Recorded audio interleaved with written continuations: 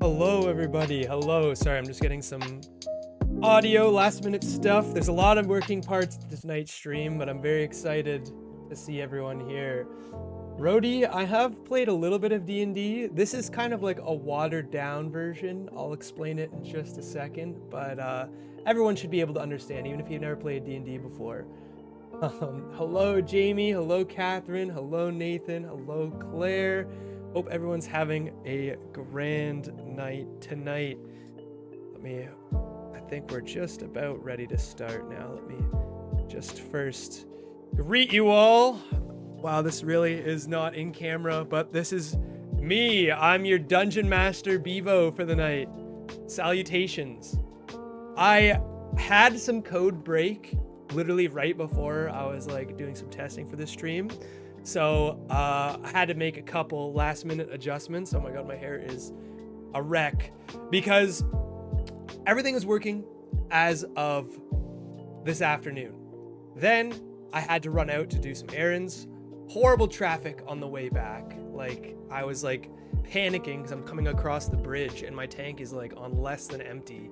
And I'm just sitting in traffic thinking, oh my God, my car is gonna die. It's gonna give out. And I'm like 5 minutes from my house and it's just, I'm not gonna be able to like stream or whatever. But I get home with enough time to spare, start testing my devices. They're giving me some technical issues, solved a couple of them, but a couple of them we didn't get to work out. Like the, I had a visual D&D, let me actually just get over to this page here so I'm ready to start. Okay, but I had like a visual D20, and unfortunately, we'll have to save that for if we do another stream. But we're gonna be using Wheel of Names for our spinner, which I really didn't want to do because it takes a minute for it to actually like, spin, but it'll just add some suspense to the stream. Thank you, Jamie. I'm glad you enjoy the hat. It doesn't really fit in camera, but I can definitely wear it on there. Nathan, thank you. I was actually gonna put on a cape, but I actually, you know what? Let's get this blanket. This will work as my cape here. Take my hat off first. This is like a wizard's cloak, right? Very prepared stream man here. This is Dungeon Master Bevo at your service. Hello, Danielle. Hope you're doing good. All right, so basically, the way this D&D session is gonna work, let me flip over to our main screen here. We have our two characters. On my left, or to my right here, is Jill, and then to the right of her is Jack. They are our main protagonists. If you want to play as one of the characters, because chat is, you guys are going to be involved if you want to be involved, you type *draw, and you'll be put into a draw list here, and then I'll draw the first two people that can play as Jack and Jill. And you're, essentially, I'll be the Dungeon Master, you guys will be deciding what you want to do kind of thing. And then through every room, if we have enough willing participants, I will switch up for a new Jack and Jill, and we'll try and keep it so like if there's multiple people trying to play, we'll try and keep it so there's no repeat people. Fables D20, I would love to, but I'm busy working. This is a great idea. Well, if it goes well, Fables, we'll maybe be doing some more in the future. I've just been like kind of programming this little bit and seeing how it goes. But yeah, I see that D20's in your name. I assume that you're a Dungeons and Dragons type person. As you can see here, we're not in medieval times. This is a very rustic McDonald's here. But once we draw our first few people, which we'll do in a few minutes. Thank you for subscribing, by the way, Fables. I appreciate it. I really appreciate it. But welcome to the family. Yeah, once we draw our first two people, basically what we will do is they will play. I'll hook them up to Jack and Jill. Their text chats, everything that they text or message in the chat will go below their character icon and will be read aloud in like text-to-speech so the chat can hear what their decisions are. And yeah, I wrote up like a basic DM script. I mean, I don't have much experience as a DM. I also wrote out like the different enemies. It shouldn't be too long of a campaign. I think it's probably, I'm hoping for like a 2 to 3 hour one shot. But yeah, I have all the stats down here and I have the character abilities, which I can show you guys in a second. Because there are 3 human characters here. And let me zoom in for everyone that has bad eyes like me. Hello, Italian girl. Hi, Brennan. I know you from Danville, and I've subscribed to your channel. Do you mean Dan Bell? Oh, I see. Oops, I'm in Dan Bell. See me talk to text. That's okay. Thank you for subscribing. I'm glad you joined the channel. Can easily imagine the McDonald's characters as the monsters. Hyped. Well, be prepared, Fables. There's a lot of surprises around here. Helen, hello. Hope you're doing well. If anyone else wants to play, just type !draw and you can play as one of the characters. We have 1 entry right now. But basically, I love you too, Italian girl. Basically, while we wait for that, and if there's not that much participation, that's fine. I'll play as one of the characters. It is what it is. We also might have a third character, another AI friend. I know you guys like those so much. Fables is guessing all the lore right now. But our main players, we have Jack. Each character comes with 3 abilities. So Jack has a bat. It's a standard 1 damage melee attack, but it will do 2 damage if he rolls an 18 or higher. So the way it's gonna work is basically everything's gonna be played with this D20 here on this wheel of names, which isn't loading. Let me refresh it. There we go. And like the certain mobs, I'll say like you have an 18 to hit, and then I'll describe the health, what's going on, the player movements and stuff like that. I forgot to set grids. That was another blunder of mine. But movement, well, I'll just describe. If you want to say move towards this character, I'll move you an adequate distance. But his secondary ability is dash. He can move double his speed for 1 turn, so he can move to another thing. And then his one-off ability is first aid. So once only, he can heal any one party member, including himself, to full health. Sorry, it's like cut off right now, but that's okay. Then there's his companion, Jill. Her basic ability is punch. It's a 1 damage simple melee attack. But that may be simple, but she has the only projectile damage of the 2, which is her gun. She can shoot 2 damage projectile, but it only has 3 bullets. So 3 uses unless you find more ammo. Get excited for this AI character, Jamie, because it's going to be something else. But the AI character that is going to join you on this party is Uncle Gary, and he'll pop in and out. You know, he'll help you out here and there. He's kind of going to be a wild ball. I don't know how AI is going to play Dungeons & Dragons, or I don't know how well the AI is. I was doing a little bit of experimenting, and he seemed to know what was going on. But he might just get drunk and get in the corner and do his own thing, you know? So Uncle Gary, he's an alcoholic, hillbilly-type Pokemon, you know? He's very harmless, very nice. But he has his brass knuckle fists, which is 1 damage regularly or a 3 damage crit if he rolls a 20. So that could be huge. He also has a net gun, which entangles his enemies until they roll a 12 to free themselves. And has 3 uses, but we'll see if it could be very liberal if he uses those uses or not. Hello, Glow. Hugs to you back. And his alcoholic rage, which it makes everyone's rolls a bit easier. Like it adds buffs to everybody's rolls.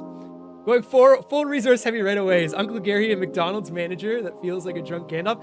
He's something of the sorts. He doesn't work at McDonald's. None of you guys work at McDonald's. But right now, if anyone wants to play along as one of the characters, all you have to do is type !draw. Right now, it looks like I think Jamie was our thing. We'll select one winner. Yeah, Jamie, congratulations. Let me get you going here on our D&D thing so we can see how that's gonna go. I'll put you as. Do you want to play as Jack or Jill? We'll put you as Jill. And let me just look that up. Sorry. I think it was D&D 1 was Jill. Okay. That should be good. So if you type something now, Jamie, you can play. Hello! Metatrice VI. Maria, hello. Welcome to the stream. There you go. See, perfect. So yeah, your text will show up underneath Jill there, and it'll be read aloud to the chat. So as we dive into the adventure, again, if anyone else wants to join, you can type !draw for a chance to play as one of the characters, and we'll switch it up as we have people going. But and if you don't want to participate, that's perfectly fine. Have to catch the VOD. Looking forward to it. Back to work I go. Best of luck. Well, thank you for tuning in, Mr. Fables D20. I appreciate you coming out tonight. That's a great bot system for the chat text. Yeah, it took a little bit of rigging, a little bit of configuration, but it was working out all right. Let me just get the ability list back here. But yeah. Okay. So you'll be able to punch the enemies in a second. Don't worry, I have all the stages laid out for us here at the top. I just need to, I'll read the exposition here. So for now, I'll play as our boy Jack. Jamie will play as our girl Jill. You can punch anything you want. You can interact however you want. It's Dungeons & Dragons. I encourage everyone to have creative solutions, fun solutions, all that fun stuff.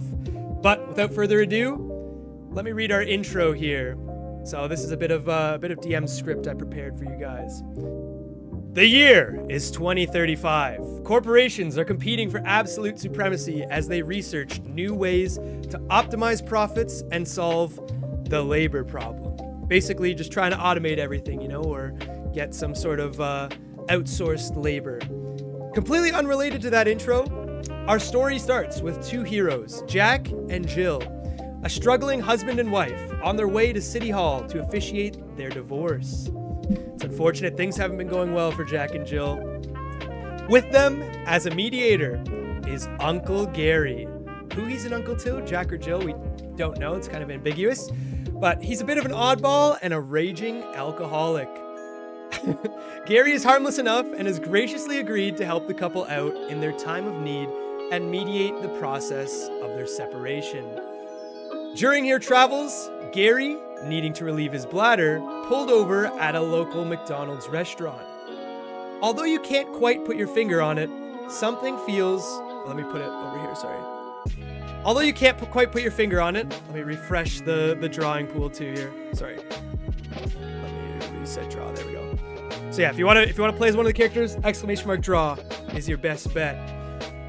But without further ado, sorry. Although you can't quite put your finger on it, something feels a bit different about this McDonald's location. I don't know, might be the fact that it's abandoned. Hey, Uncle Gary is a great compatriot. You'll see. He's gonna do great things this campaign, I hope. I mean, he could just be drinking off by himself. But yeah. Perhaps it's the massive size of the restaurant, or the fact that a looming shadow seems to drape itself over the entire building. I mean, it's kind of daytime here, so just pretend it's nighttime, there's a shadow, it's dark, creepy McDonald's. You know what I'm saying? You wait, and still Gary hasn't come outside yet. The ominous building starts to make you feel uneasy, and enough time has passed to raise concern that this is no ordinary washroom break. What's more alarming is that you haven't seen anyone else leave the restaurant since you've arrived. Perhaps you should head inside to see if you can find Uncle Gary and get out of here. So now we're entering the McDonald's, and let me move this out of the way a little bit. And here we are. So, as you make your way inside the restaurant, a horrible stench of rotten food assaults your nose. You look around to see a dimly lit restaurant with various menu items littering the floor. Just when you start to think you're alone, the food begins to animate and come to life. A burger with an intimidating face rises in front of you and says, "Welcome to McDonald's. What can I get for you?" What do you do? So we don't have Gary anywhere in sight here. What are you gonna be? What's your first course of action, Jamie? It looks like we have three enemies here. We have Mr. Hamburger, some sort of soda pop, and some sort of French fry guy. I'm not too sure who left the fridge open, to be honest. It's AI food. You're right, Aflad. You're very right. All right. I'll take my first turn as Jack, and I'm going to move up to this guy, a hamburger guy, and I'm going to attempt to hit him with my... Do I have a bat? Yeah. I already forget Jack's moves. The bat. So I'm going to swing my bat at Mr. Hamburger, and let's see if I can connect. For the burger, an 8 or more will hit. Okay, very unfortunate. I seem to have swung my bat, and I completely missed the hamburger and nailed a chair right beside the area there. Oops. Now Jamie's going to go up. She's going to punch the hamburger in the face. Can she do any damage? 17, fantastic. Great hit. She damages the hamburger, hits one of his eyes. She walks up. Let me animate this here, wait. So Jill walks up here, punches the hamburger in the face, and he gets hit. Where's Mr. Hamburger's lair? He takes one shot to the eye. Oh my god, that's a big brush. One shot to the eye. I have not been drinking already. I've been D&D'ing like a good dungeon master. The only thing I'm drinking right now is apple juice, which, by the way, stay hydrated. She punches out the hamburger and knocks out one of his eyes. And with a loud roar, he lets out a big screech. He's like, oh, my eye, fuck, I need that to see. Jack, unfortunately, when he was trying to swing at the hamburger, he swung his bat at the hamburger and missed and hit the chairs. So now he's sitting a little bit exposed. He rolled a 4, so he's going to be a bit more vulnerable this turn. Yeah, by the way, we each have 3 HP, but there is options to heal. Now, it's the monster's turn, and it looks like the hamburger's going to go first. He's going to move up, and he's going to retaliate, attacking Jack, seeing him as the... It was an accident. I tried my best, Jill. I tried so hard. My bat is just, you know, it's big and heavy, and we're in a confined space here. I tried to hit him. It was just very unlucky. But the hamburger, he comes at us and he lunges and tries to slap me in the face with his lettuce, encroaching on my personal space. Let's see if he hits here. He needs a 15 or more to hit because he's just a very meek. Oh my god, it looks like he's gonna... And with that, it looks like our weakling Jack is gonna take his first point of damage. And he's already down to 2 HP. Our boy, he might have to use his healing on himself there. His healing ability. I was hoping we'd hold off until a bit later. Let me just see if I can shuffle these around here. Here, wait. There we go. Now it's more like a D20 roll. So the hamburger comes up and he punches Jack in the face. And Jack gets hit and loses a hit point and he's very upset. Starts crying. And he moves a little bit backwards towards the corner there. Oh, he lost a little bit of his mojo there. We'll move him back. Next up, without a further ado, the angry pop can starts moving towards us. He moves over to the other side of the table and he fires his soda pop squirt juice at Jill. Let's see if it does a hit, or let's see if he misses. Here we are. As you can see, he's amping up. He's getting ready. He's like, I'm gonna fucking kill you. But it misses. Instead, it hits the back wall. It splats. We'll give it some blue juice here. It splats and... Oh, okay. I gotta get rid of this box. Splats and sprays all over the back wall here. Wait, what am I? Oh, do I have a... There we go. Sorry. Sprays all over the back wall. I'm still figuring out paint. And it creates a little puddle of obstacle right in this little doorway here. And now it's going to be a lot harder for us to get out when we need to, unfortunately. Next up, we have this macho-looking set of hamburgers, or set of fries, sorry, I should say. Jill laughs in his face as Chuckles the soda pop tries his best, but absolutely misses and nails the back wall. Now Mr. French Fry number 1, moves out and fires a fry projectile at Jack. Poor guy, he's already down and out. Let's see if he hits. Please, God, don't let this hit. Again, he's kind of in half cover, so we'll say it's a 12 or a 16 or more will hit. Go, God! It rolls just on the 16. Oh my God, poor Jack. He's down to 2 hit points. French fry man chucks his French fry, and it goes right into Jack. He's now, after soaking 1 punch from the burger and 1 fry from Mr. French Fry. Sorry, I keep doing that. He now has a French fry sticking out of his head. It looks kind of like a unicorn. But the French fry throws the French fry across, and it nails our boy Jack right in the head. Very unfortunate. There we go, I'll delete that. But you can see it's sticking out of his head, and he looks kind of like a narwhal now. We got some intimidating action here, but now it's our turn. I'll take my turn as Jack, but Jill, what will you do? Jack, I'm going to use my dash, and I'm going to move away from the hamburger and behind Jill as a human shield for now. Trying to save as much of my health as I can. I'm gonna try and scavenge for supplies. Swap places with so you're using your one-off ability already. Oh God. So Jack, thinking he's cunning and slick, hiding behind Jill, but then Jill uses her ability to swap places with Mr. French Fry, and now our poor guy Jack is surrounded in all the madness of these food monstrosities. And now it's the monster's turn. The French Fry is going to use his punch ability on Mr. Jack. 15 or more to hit. Please, God, don't knock Jack unconscious. 4. Please don't leave me with the killer food. Come on, look at me. My guy has a French fry sticking out of his head. He took a leaf slap across the face. Exactly. Jack is totally cooked here. But it looks like they only rolled a 6. So the French fry throws his punch, but he actually misses and ends up just recocking his fist and getting ready for the next round. The hamburger circling in on Jack. Can't quite get to him right now because there seems to be some sort of traffic jam here and he doesn't want to move around into the squirt juice. Sits here and it just mockingly laughs at Mr. Jack.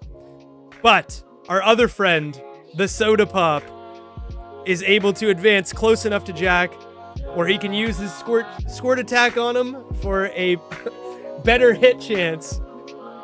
He charges up his straw and he fires it at Jack's unicorn-looking face. 15 or more to hit here. Please, God. Oh! Perfect! We'll take a 5. We'll take a 5. Our boy, Mr. Soda Pop, fires his squirt juice. And unfortunately, it just creates a bigger pool behind Jack. The liquid is slowly starting to seep towards him. But it makes a little bit more of a barrier and a funnel for the enemies here. Now it's all hard terrain on the ground here. Let's see if our boy can get his way out of this situation. Now it's our turn. Jack is going to try and take his French fry looking ass and dash past the soda pop so that he can put himself between him and the other food beings. He's then going to turn around and he's going to punch the soda pop in the head, try and get a hit on him. He looks like a pretty weak looking soda can. He's probably made out of paper. Probably he's got a stupid grin or stupid looking mug on his face. Hey, Jack's just trying to solve his problems out here. And with an 18 it hits. He absolutely destroys the stupid looking soda pop and wipes the smug grin off his face. Let me go to Mr. Soda Pop here. Knocks him down on the ground and compresses him. He's now squashed flat. But with his death, the soda pop emits, I should say, sorry. In the heat of the action, I'm trying to describe it as best as I can. A huge pool of goo, and now makes an unpassable or a very hard to maneuver obstacle for the boys. All right, Jill, who swapped places with the French fry, is going to attempt moving up to Mr. Hamburger and punching him in his other eye. Let's see if she can pull it off. She still has, I think she's the one with the bat, right? Yeah, no, Jill just has a basic punch, okay. Oh, so I did a critical hit with Jack's bat. Should have a French fry bat from now on. Okay. Jill cocks her fist up, ready to smack his other eye out. She swings it at the stupid hamburger man and... oh no! She misses horribly with a strike of 2. It's a very feeble attempt, and the hamburger looks at her and laughs and says, "Is that all you got? I have one eye now, but even I can see that was a weak punch." And with that, he, not intimidated by her feat of heroics, moves his way over towards Jill and attempts to slap Jill with his lettuce. Let's see if he can pull it off here. It's a 15 to hit. Oh! Oh my god! These food things are beating the hell out of us here, Jill. We gotta do something about this. With that, Jill took her first hit, and now she's at 2 HP. Jack is still in critical condition with 1 HP, but he's gonna try and tough it out. He's gonna use his dash Or no, sorry, Mr. French Fry's turn. Mr. French Fry number 1 is gonna move up here behind Mr. Burger and fire his French Fry at Jill. It's a hard shot because he's got to fire through his teammate. So we'll say it has to be a 17 to hit. Ah, my hat keeps flying off my head here. Let's see what happens. Can he make it work? What's going on here? What do you mean we? Jack didn't start anything. 19! Oh my god, Jill takes another hit. Oh my god, we're down 2-2 here. We're in the trenches. But, as all fate would unfold, as we're struggling here, Uncle Gary pops out of the bathroom, and he looks around and says, what in the fucking tarnations is going on here? He makes his way out, and just as we're about to start our turns, Uncle Gary pops up. Let me ask him what he's gonna do here. Let me just get the chat, make sure I have it booted up. Uncle Gary, Jack and Jill are down bad. We have an evil burger with one eye attacking us, and an evil French fry in the corner throwing French fries at us. What will you do to help the party? We're in the lobby of a McDonald's restaurant. Let's see what he has to say. Our boy Uncle Gary to the rescue here. Jill is covered in mustard. It's all in her hair. She's freaking out. She just got it done at the salon. Now let's see if Uncle Gary son can of a pickle-fucked hound dog. This ain't no regular trip to McDonald's. Uncle Gary's fucking fired up.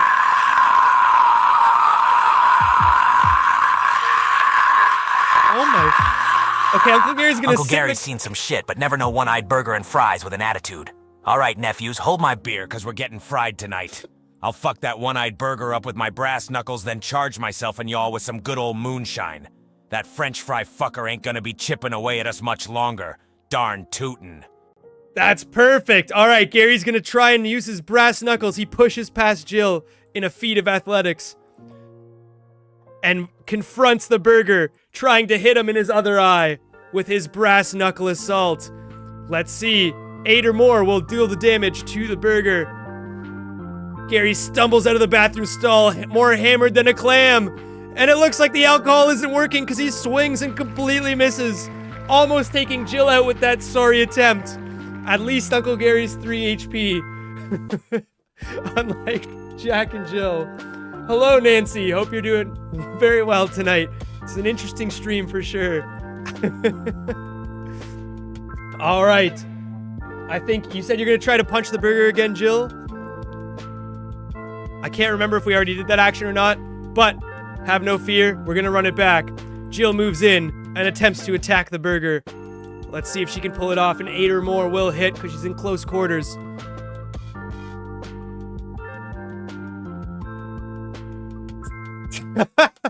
He was chilling in the bathroom stall. He just... A natural 20! There it is! Jill pierces through with her punch, and she hits the hamburger, completely folding him like a table.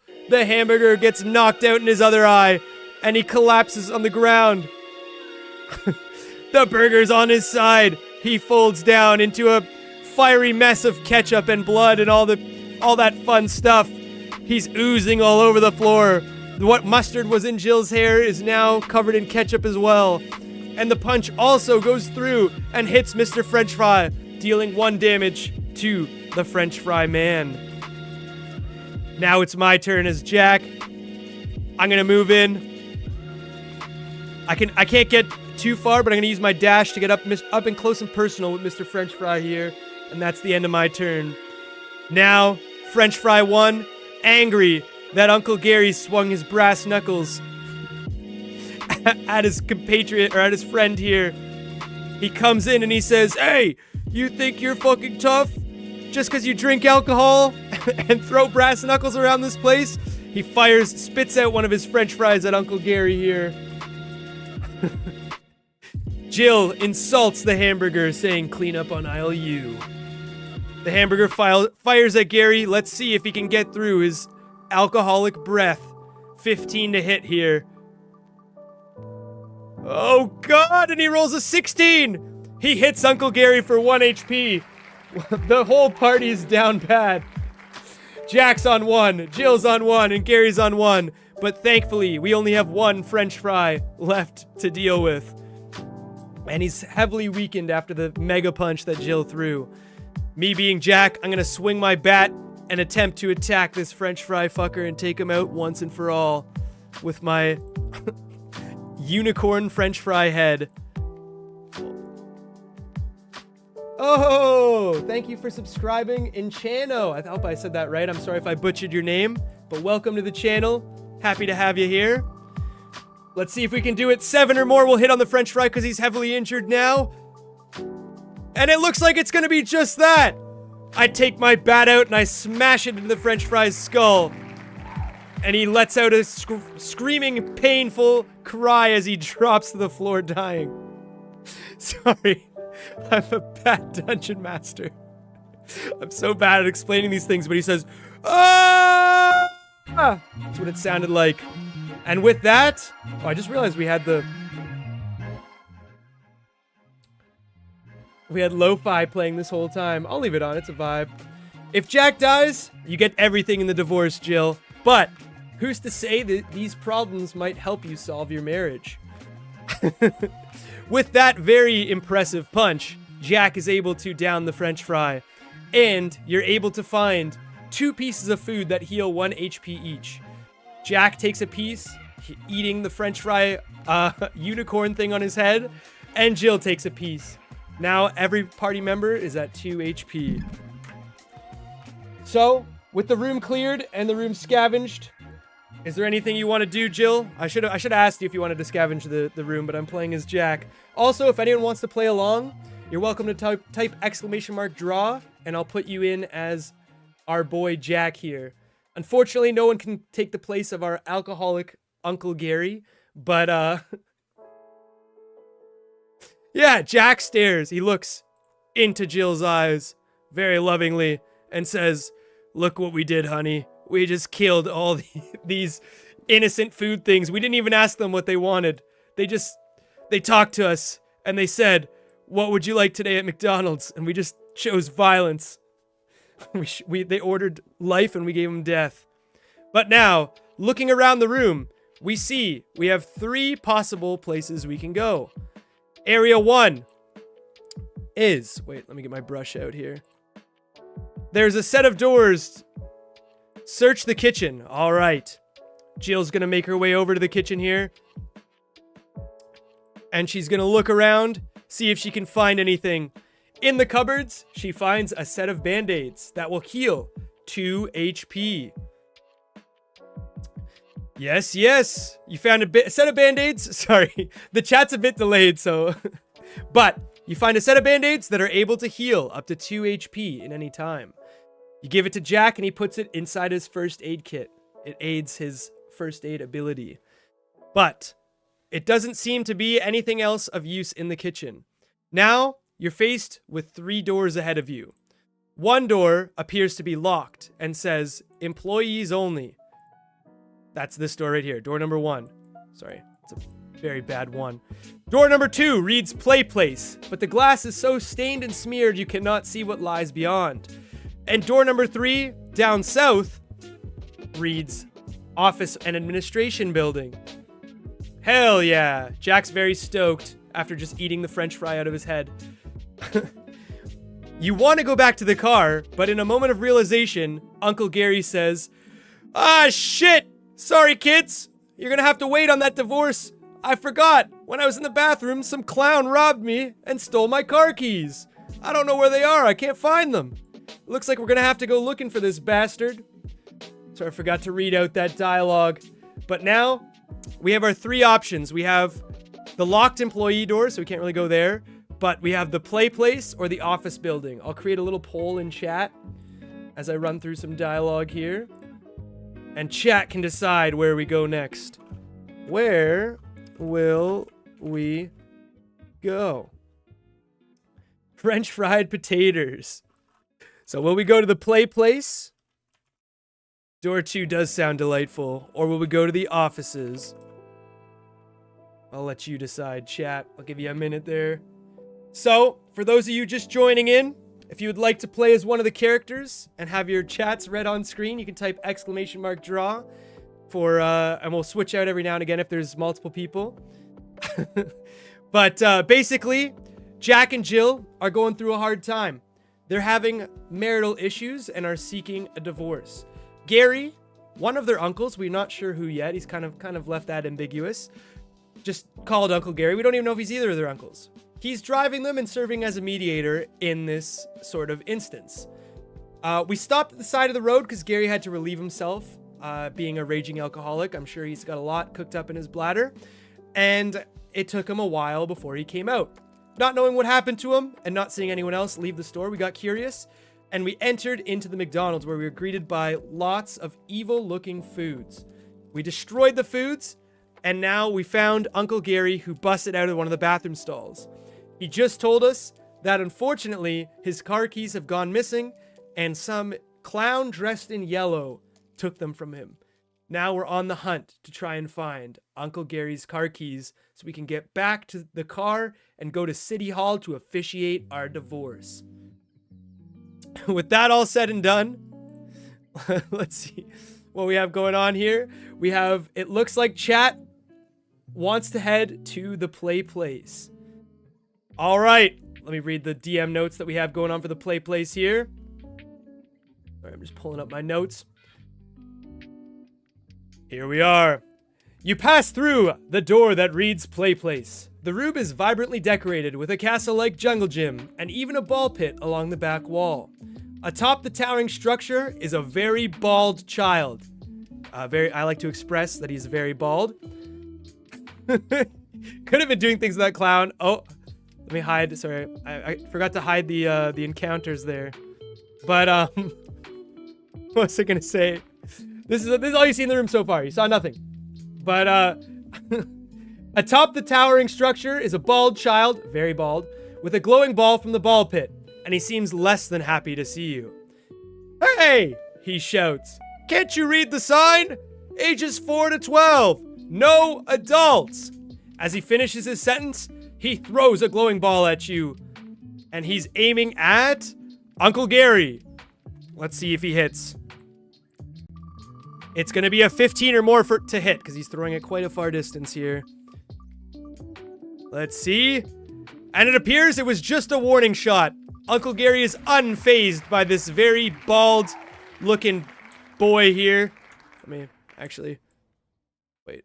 There we go. This very bald-looking boy, he was unfazed by his attacks. You can see he's very angry that we're above age in his play place. Don't know how he got in there, but he's standing atop this big jungle gym here. Now, in the room, we have Bald Boy and the Hamburger. The Hamburger now lunges and attacks our boy Jack with his salad slap. You may search the table, but let me just see here.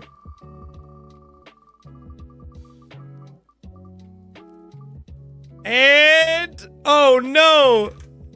With a 15, he hits Jack with his salad slap, and it looks like it's gonna leave a scar. Poor Jack's face is bruised badly, and he's back down to 1 HP. Jill uses her turn, going over to the table. Noticing... do you want to search the table on your left or your right? In the meantime, Uncle Gary is going to retaliate, attacking. Let me go to Gary's screen here. Attacking this ugly-looking hamburger and punching him with his brass knuckles. Or actually, we should ask Gary what he should do. Oh, I didn't mean to pull up the latest. I forgot Gary was actually a character in here. Here, wait. Hey, Gary! What are you gonna do? We appear to be in a play place now. There's an evil hamburger smiling at us and some ugly-looking bald child. I can't express how bald he is. On top of the jungle gym. He's throwing balls at us. We need to deal with the hamburger that's right in front of us first, though. So what will you do? While we wait for Gary's response, Jill is going to look at the table on the left here. She goes and searches the table, and it appears to be a drawer of shoes. Sourdough biscuit. Y'all ain't wrong about that ball butterball, but that fucking burger gotta go first. Hear me now. Uncle That's Gary true, is Uncle fixing to Gary. do some grilling. Brass knuckle special coming right up. After that, hamburger's toast, moonshine's on the menu for me, and then we'll deal with old Egghead on the jungle gym. Yeah, Haw, let's get this rodeo started. I wonder if Uncle Gary knows that he too is balding. He threw a lot of insults at the bald boy on top of the play climber, but he swings his brass knuckles at the hamburger. Can he hit it? 8 or more to hit. And he rolls a 15. Not quite a critical hit, but he does deal some damage to the aggressive-looking burger. He hits him and some mustard squirts out on his head, and now he's dripping all over Jack. You can't see it, but it's a little bit of it's in Jack's hair, especially from the slap. Meanwhile, Jill has searched the table, and she found that it's a shoe cubby full of shoes. On top of it is an ugly drawing that some kid has made, and written on the kid, or written on the, not on the kid, on the kid's drawing. Yeah, Gary does not need his alcohol, but written on the drawing is some words that say code 1, 2, 3, 4. Perhaps that could come in handy later. Now, after all that excitement, Bald Boy, sorry, not Caillou, don't sue us, is even more perturbed than he was before. And he says, "No adults allowed!" throwing his big green ball from the ball pit at Uncle Gary again. Let's see if he can hit him. It's going to be a 15 or more to hit because it is a long-ranged attack through cover. And he rolls a 12. Very close. Caillou throws, but it just grazes Gary's ear. No damage, but a slight rug burn as the ball pit ball slides past Mr. Gary. Jill pockets the child's drawing. We'll just pretend like it's not there. Let me draw over here.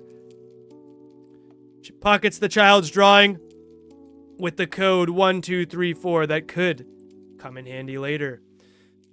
Next up is Jack. Jack's going to use his turn by using the band-aid we found to heal himself back to full health. Jill finds herself a nice pair of boots. They don't do too much, except they improve her style points. Next up is the hamburger's turn. The hamburger, now angry that Uncle Gary attacked him, he swings back, and he's going to try his patented leaf slap, I should say, on the geezer, who's also balding, part of Club Bald. Oh no, it's a critical hit! He slaps the shit out of Uncle Gary so hard, and his slap rotates and also hits Jack. Jack is now back down to 2 HP, and Uncle Gary is in critical condition in 1 HP. Jeez, we're doing rough out here. Jill, we need you in the fight. We need you in the fray here. Uncle Gary, you just took a lettuce leaf slap from the hamburger, and the very bald child on top of the jungle gym keeps throwing balls at you. In the room is a jungle gym, a ball pit, and the evil hamburger along with the bald kid. What would you like to do? You're in critical condition. There, we'll ask Gary what he wants to do. Jack, healing himself up, he's going to swing for the hamburger. He's going to steal himself and make his way towards the menacing-looking burger. Shit-kicking rattlesnake. Ooh, this burger patty ain't playing fair. But don't you worry none about Uncle Gary. First off, I'ma use that net gun on Baldy. Maybe that'll keep his ball-flinging ass busy. Then, it's chugging time. Gonna need some goddamn Jack Daniels to fuel old Gary back to his growling self. Let's go, Gary. I got a lettuce-slapping burger to deep 6. Darn tootin', I'm still standing. Damn, Gary's a badass, man. He's gonna put that burger to sleep. All right, Gary takes out his net gun, and for the first time this campaign, fires it at the very bald child on the jungle gym. Now he's shooting through the bald guy who's in half cover. So it's going to be, let me look at my notes here. It is going to be a 12 to hit. Let's see if he does it. Fires off one of his net gun shots. And come on! It hits! It doesn't deal any damage, but the very bald child on top of the jungle gym is trapped in a layer of netting. Let me draw the little netting on this guy here. He's now roped up and constrained, and it looks like he won't be able to throw his balls at us for at least a little while. Jill, what will you do in this instance? Jack steals his resolve and he punches the hamburger in the face. Will it hit? Come on, Jack. You gotta land something, buddy. 6 is not gonna be enough. He grazes the hamburger and sends him a warning message. Very close, but the hamburger is definitely intimidated by the foes he's surrounded by here. It looks like Jill is still busy trying on shoes. So while she tries on her next pair of shoes, the hamburger is going to attack. This... Okay, he watched out. Don't worry. The hamburger did not get Uncle Gary, but he's going to try and dodge this attack. With Jill's shout telling him to duck, he's now more or less impervious to the lettuce slap from the hamburger. So Jill put him on caution. So now it's going to be a 17 or more to hit Uncle Gary. Oh my god, that was close. But he rolls a 2. He completely misses. The hamburger throws a punch so bad that he swings. And he flies all the way over to the ball pit and falls inside. Now he's stuck in there. You do have a gun, Jill. You have a gun with 3 bullets right now. So you can use it up to 3 times unless we find more ammo. Would you like to use your gun?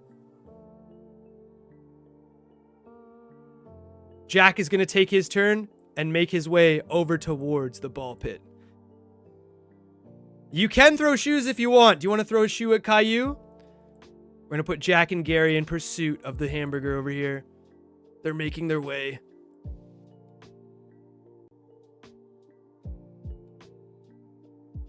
Jill is going to cock a shoe in her hand. And are you going to throw it at... Which one? Are you going to throw it at the bald boy on the jungle gym or the hamburger? You like to use the gun on the burger? All right. Jill, in her resolve, pulls out her Mick gun, her Mick pistol, and fires it off at the hamburger. The hamburger's stuck in the ball pit, so he's very easy to hit right now. We will say his armor is regularly an 8. We'll say it's a 5 or more to hit him because he's constrained. Jill fires off her gun, and she blasts the hamburger with a nice, clean 12. The shot hits him right between the eyes. And the projectile leaves a spurting shot of ketchup flying from his forehead. Let me get this, sorry. There it is, the fountain of ketchup flying from the hamburger's forehead. And his smile turns into an angry frown as he lays over and dies. As he dies, we see the hamburglar jump out of the ball pit. And he says, "Surprise, motherfuckers! I have a hostage!" Alright, Jill makes her advance towards the slide here. We'll see if she climbs the jungle gym in a second. But the hamburglar has just emerged from the ball pit, and he has a kid in his grasp. We don't want any collateral damage here, or do we? And he says, "You better leave us alone and leave this room now, or this kid's toast." With a very ominous look on his face. For some reason, this is extremely hot. I'm very into nerds, Carly says. Well, I'm glad you're enjoying our strange campaign here. Fire a greased up potato at that burger. That will show it. Yeah, Jill fired her greased up McGun at the burger and he's exploded in the ball pit. I wouldn't be jumping in there anytime soon. But now we have a new foe to deal with, and it's the hamburglar. Unfortunately, fortunately for us right now, it looks like he's preoccupied just seeing the kid. Our friend, the bald baby on top of the play climber there, is going to attempt to free himself from the ropes, because he's still constrained this turn. A 12 or higher will free himself.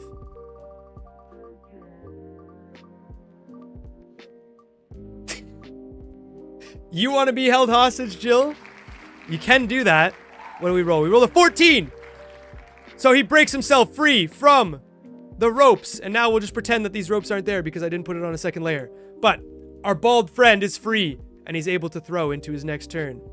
Jill uses her ability to swap places with the child. Oh, sorry, wrong track. Jill moves over here. And the child, where is he? He moves on to the slides.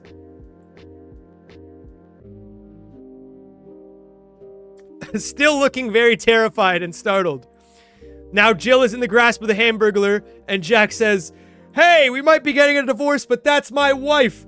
He swings his bat at the Hamburglar, and let's hope to God he does not hit Jill. He is going to need a 12 or higher to hit.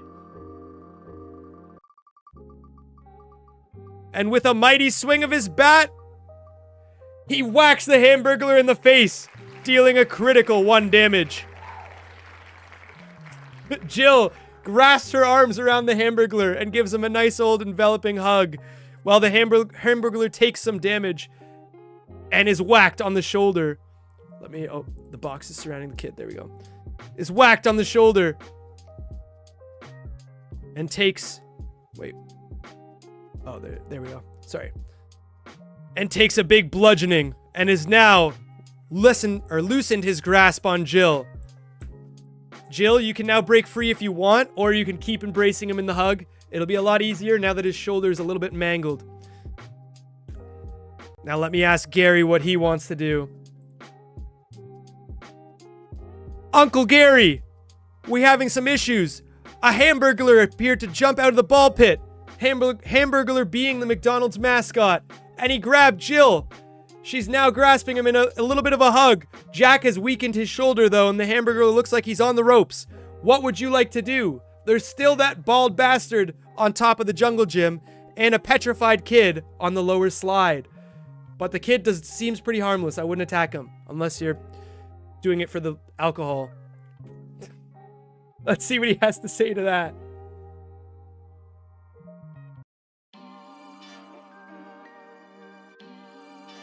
All right.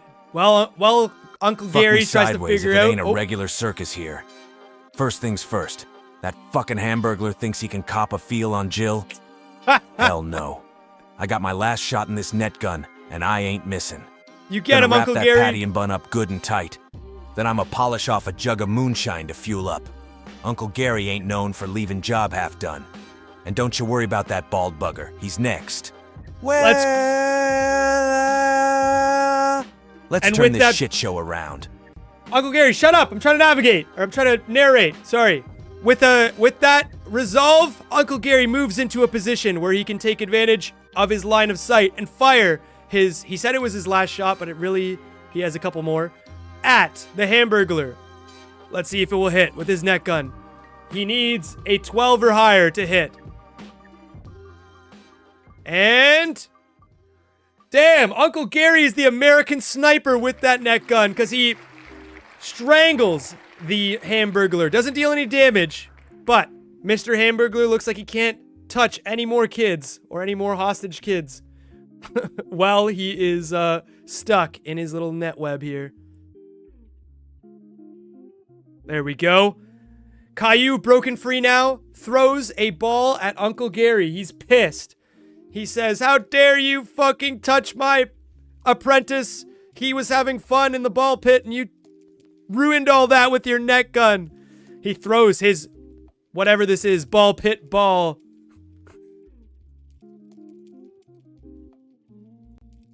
Thanks, Jill. Jill starts making her way up the slide, but not before Caillou whips one of his magic ball pit balls at Uncle Gary. And with a 5, it's a laughable throw. It misses and hits somewhere around the entrance doorway over here. Uncle Gary looks at him and says, "You bald fucker, I'm bald too, but I don't know it yet." Because he hasn't shaved off his sideburns. At least Caillou's gone full bald. In the meantime, Jill is making her way up the slide. Can she make it on top of the jungle gym? It will be a D10 she has to roll here in order to make her way on top successfully without sliding down back into the ball pit. 20! She makes her way right on top of the slide here, does a triple front flip, and lands right on top of the tower in perfect range of Caillou. Or sorry, our bald friend, not Caillou. This is way too much for you, Chad. Well, have a good night, friend. I hope you're having a good night. Good old Jill. Everyone's carrying. Jack sucks. Jack hasn't done anything this whole entirety of his trip. The Hamburglar says, "You think you got the best of me? That's just the start." And unfortunately, the Hamburglar uses his summon child ability, and he magnetically grabs the child back from the slides and puts it in front of him as another child human shield. But that's okay. That doesn't sway my boy Jack, who takes his bat out once again and swings it at the Hamburglar. Let's hope I don't whack the kid in the head. Jill collecting a few balls in her pockets for the ball pit at her house. 15! And with a 15, Jack swings his bat and he takes the Hamburglar out, knocks him unconscious and knocks him onto the floor. And with that, the kid is freed.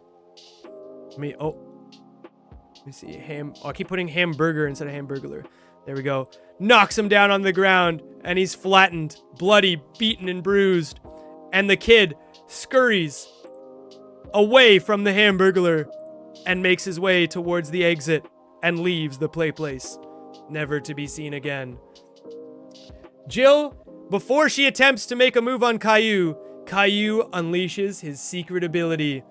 He says, "It's been a while since I've gone to the bathroom," and he starts pissing down the slide that Jill is trying to climb up.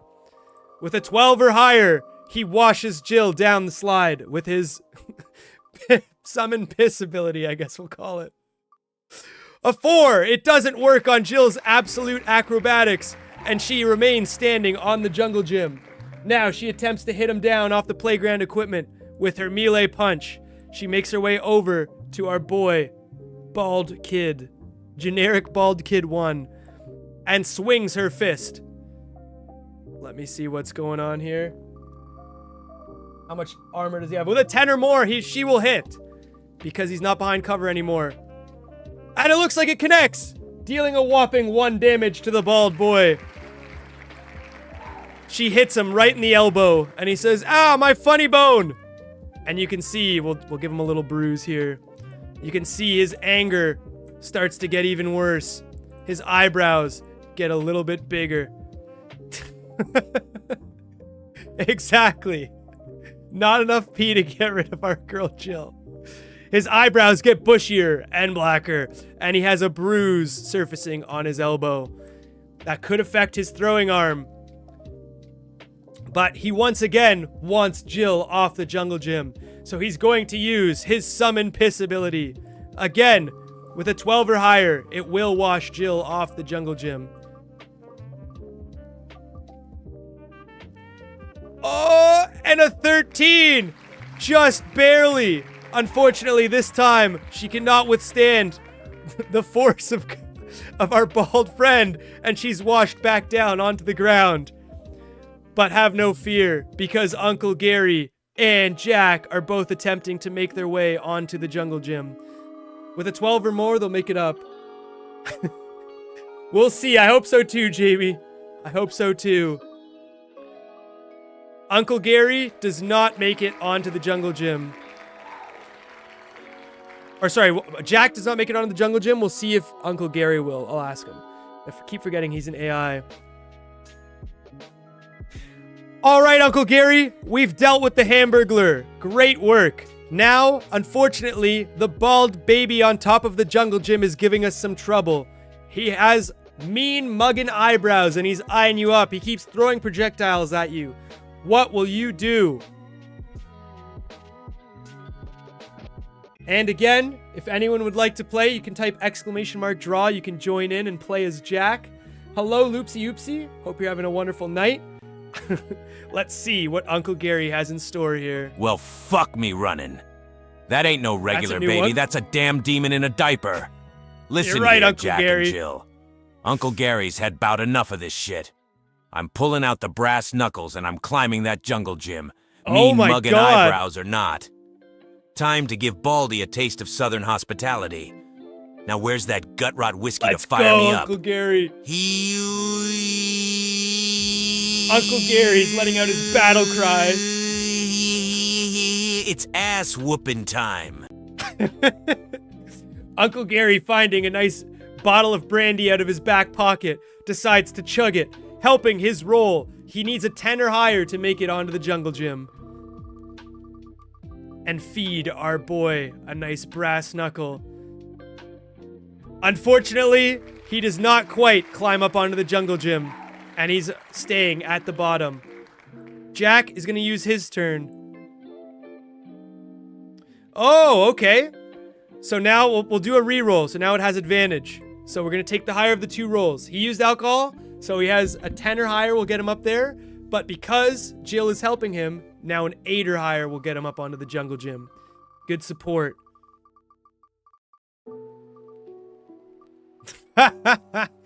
No! The critical fail of a 2. Jill tries to push Uncle Gary up the slide, but he's just too drunk and too stupid and too big, and he can't make it up. Unfortunately, he slides back down and he's stuck at the bottom. Let me just grab Gary here. He tried to move his way up here, but he slid back down and now he's at the bottom with you guys. Jack is going to use his dash ability and move over to Gary to use his... Actually, he won't use his one-time healing ability because we'll save it until somebody actually gets knocked out. But all three of us are going to be on the slide here, so we're going to be working together. With that, our bald friend on top of the jungle gym throws one of his big ball pit balls.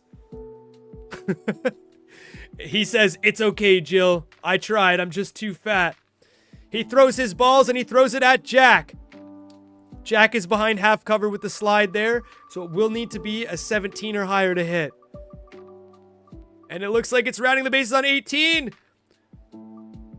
A critical failure. The bald kid throws the ball, but it bounces off of the jungle gym here and nails him in the face, blinding him for the turn, making him more vulnerable to attacks his next turn. Now his eyes are red. Not because he's stoned, because he is hit in the face with his own device.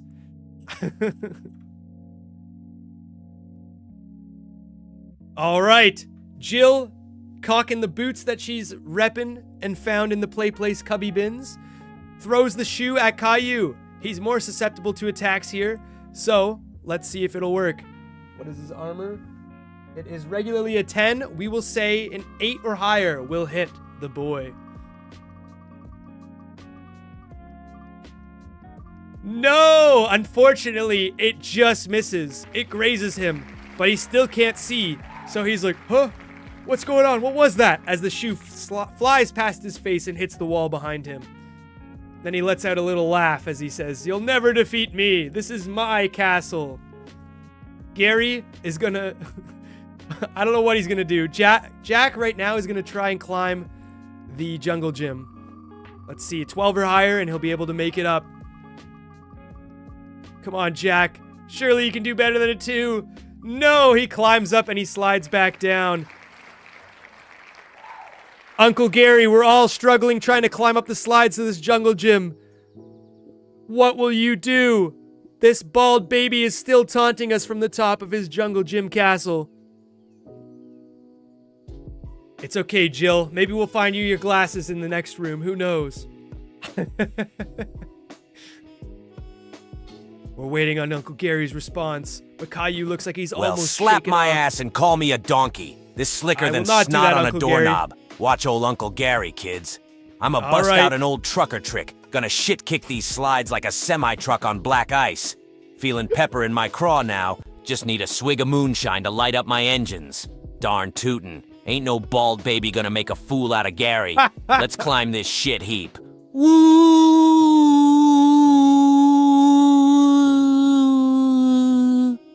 All right.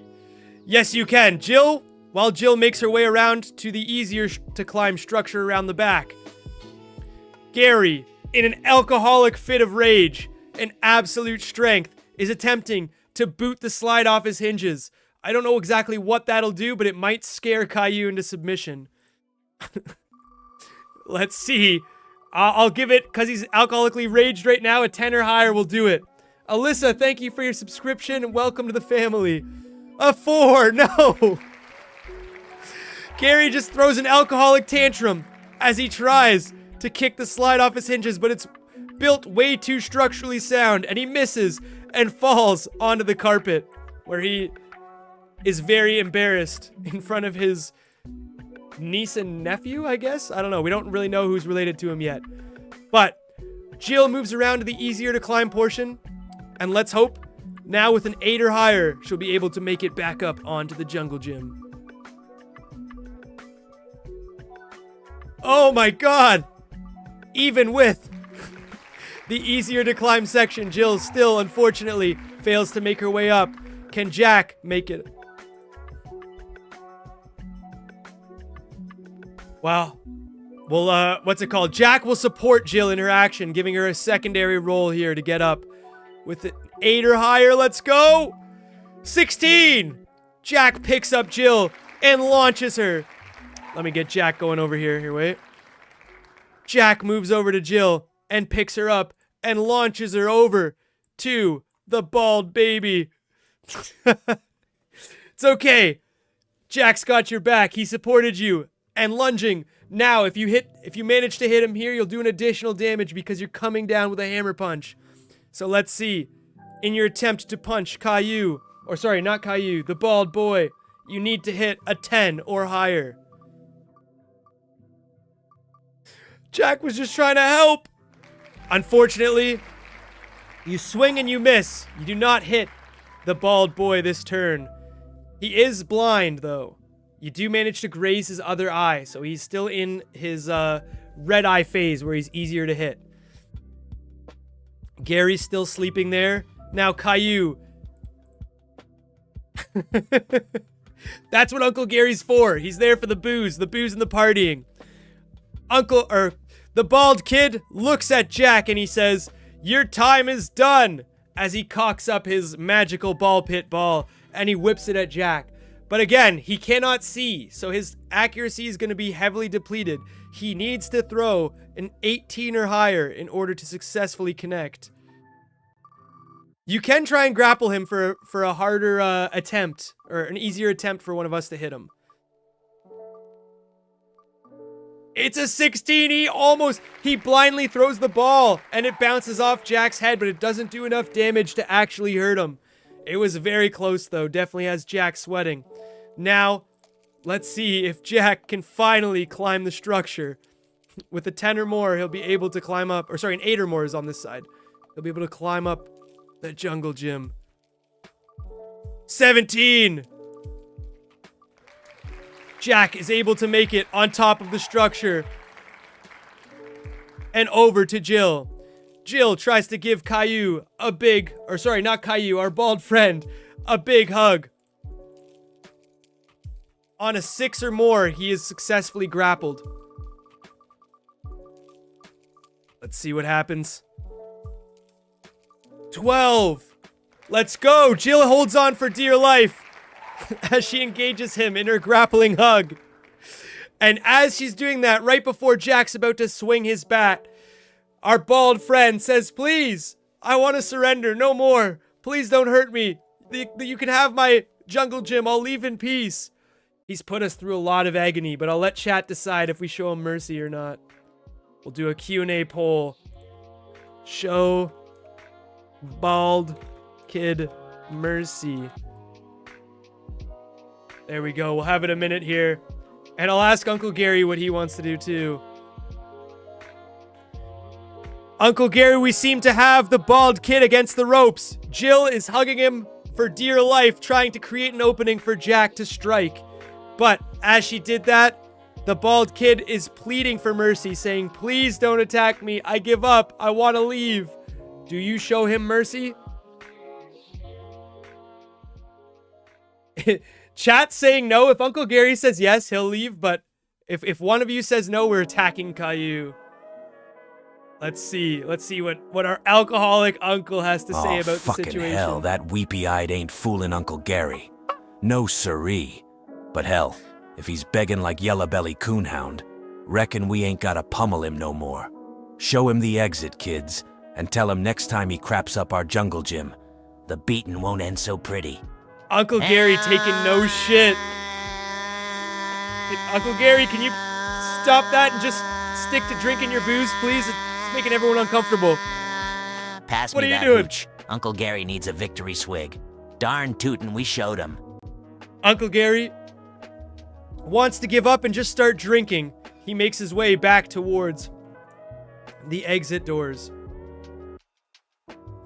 Oh, sorry. I didn't grab him. Did I grab him? Yeah, there we go. Makes his way back towards the exit doors. But, chat, looks like they have other agendas. Let me end the poll here. We have no mercy for the child. Our unanimous 100%. No mercy. So Jack charges up his bats here. Exactly. It's covered in yellow urine from either the bald kid or from some unanimous other plane or source or something. Jack swings his bat. And now it's going to be a 6 or more in order to connect. Oh, God. Jack swings his bat, but unfortunately, it's a critical fail. And he throws a 1 and knocks Jill off the play climbing structure. After all the efforts to get up there. She takes no damage, however. She was just stumbled. And now Jack's up here on his own. Now, unfortunately, Caillou sees this, or our bald friend sees this, and says, I'm sorry, Jack shit himself, and it's running down now. The south slide is unusable because it's covered in Jack's stench. After seeing our attempts at malice towards him, our friend, there's Jack's shit. Seeing our attempts to murder him and declining his plea for truce, he says, that's it, I'm gonna kill you all. He cocks up another magical ball pit ball, and now he throws it at Jack, who hit him with his bat. But because he's still weakened, it's gonna have to be a 16 or higher to hit. Please God, Jack can't take any more damage. Perfect! Jack's able to duck out of the way, and the ball flies over his head. Now, Jill, if you want to try and climb or try and use a ranged weapon or something, Jack is going to try again with the bat. Let's see if we can finally put this... Poor Jack did... He's like, I didn't shit myself at our family reunion, it was the Taco Bell. Jack, just miserable with the bat, absolutely fails. Jill, what will you do? Gary's off here drinking in the corner. He found some moonshine, so he's powering up. But unfortunately, Jack, with his diarrhea leaking down his pants, is unable to aim straight and completely misses Caillou with a roll of 5.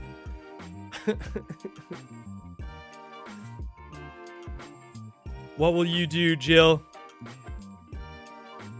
You could try and climb. You also have your gun with 2 bullets. We'll see what we gotta do. But you never know. Take a shot at Caillou. All right. He's in a vulnerable state, and he's not behind the cover of the roof of the jungle gym anymore. So we'll say an 8 or more hits him. Jill cocks up her revolver and fires it at the bald kid. Oh my God, a 15! She blasts him right in his left eye, and he lets out a scream. Jill, with absolutely no remorse, fires and nails our boy right in the eye. It's a devastating critical hit, and he doubles over, screaming in pain as he bleeds out in his last few seconds. Jax looks at Jill. Here, wait, let me face him. And says, oh my God, honey, I remember why I loved you. And Gary says from down in the corner, didn't you two just fucking murder a child? And they both say, shut up, Uncle Gary. We're bonding here. And they make their way. Now we can search the room. Jack looks through our bald friend's pockets and finds 1 bullet for Jill's gun. She now has 2 shots. He also finds 1 band-aid that he uses to patch himself back up to 2 HP. The health stats are now... Jack has 2 HP. Sorry, I keep like moving it and revolving it. Jack has 2 HP. Jill has 2 HP. And Gary has 2 HP. That's what I'm saying, Jill. We briskly make our way back into the main foyer here. And door number 1 still locked behind a key card and passcode. We now make our way towards door number 3. All the characters here. Here, wait, let me get back to Jill. Grab her, there we go. Get Jack over here with his French fry that he ate in the previous thing. Make our way towards door number 3. Jack and Jill are bonding. They went up the hill, they went up the castle and defeated the bald kid that was there, and now they're slowly but surely repairing their marriage. All right, let me read our next text.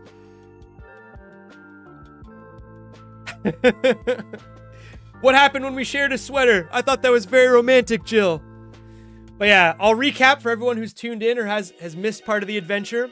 Essentially, and if any of you guys want to play as Jill like Jamie is or play as Jack, you can type !draw and I'll throw you into one of the character roles. We have, what's it called? No one that wants their comments read on stream, but that's perfectly fine. I don't mind playing as Jack. I'm here for your entertainment. What happened was, we were on the road, going to the city hall where Jack and Jill were trying to officiate their divorce with their marital problems. Mediating their separation was Uncle Gary, our alcoholic, ambiguous uncle who we're not sure is related to who. He's kind of just along for the ride. Gary needed to take a bathroom break after all the alcohol, so we stopped at this derelict-looking McDonald's. After being gone for a while, we were concerned that it did. It was definitely a hard adventure. I'm sorry, Jill. But yeah, we entered the McDonald's and something wasn't right. We couldn't see Uncle Gary, and all we saw were these monstrosity food monsters. We defeated them all one by one, and Uncle Gary kicked his way out of the bathroom where he had been jumped and his car keys had been stolen from him. So now we're on the hunt to get our car keys back. After defeating the monsters, we were faced with 3 doors. Door number 2 led to the play place, where we defeated Caillou, or not Caillou, the bald kid on the jungle gym, the Hamburglar, who seemed to only be interested in using children as shields, and another one of the food monstrosities. Gary found some alcohol, so he's going to be powered up for this next room. Now we're making our way. There's door number 1, which we don't know what lies behind it. It just says employees only, but you need a key card and a code to access it. Jill found a group of papers in the play place and had the code 1234, very sophisticated, very hard, on it. And now we're making our way to door number 3, the office buildings. So I'll read out the script that we have for the offices. You pass through the door that reads office and enter a dimly lit room. Several office rooms line the walls, but there is no sign of any people or food monstrosities. Perhaps it could be worth taking a look around to see if Uncle Gary's car keys are here. What would you like to do? I'll ask Uncle Gary, and you can tell me what you want to do to there, Jamie. All right, Uncle Gary, we successfully defeated everyone inside the play place. We made our way through another set of doors into what appeared to be an office building. It's dimly lit and fairly abandoned. We're still on the hunt for your car keys. Perhaps they could be in here. In the room are several different office rooms, along with what appears to be a kitchenette and maybe a bathroom. What would you like to do?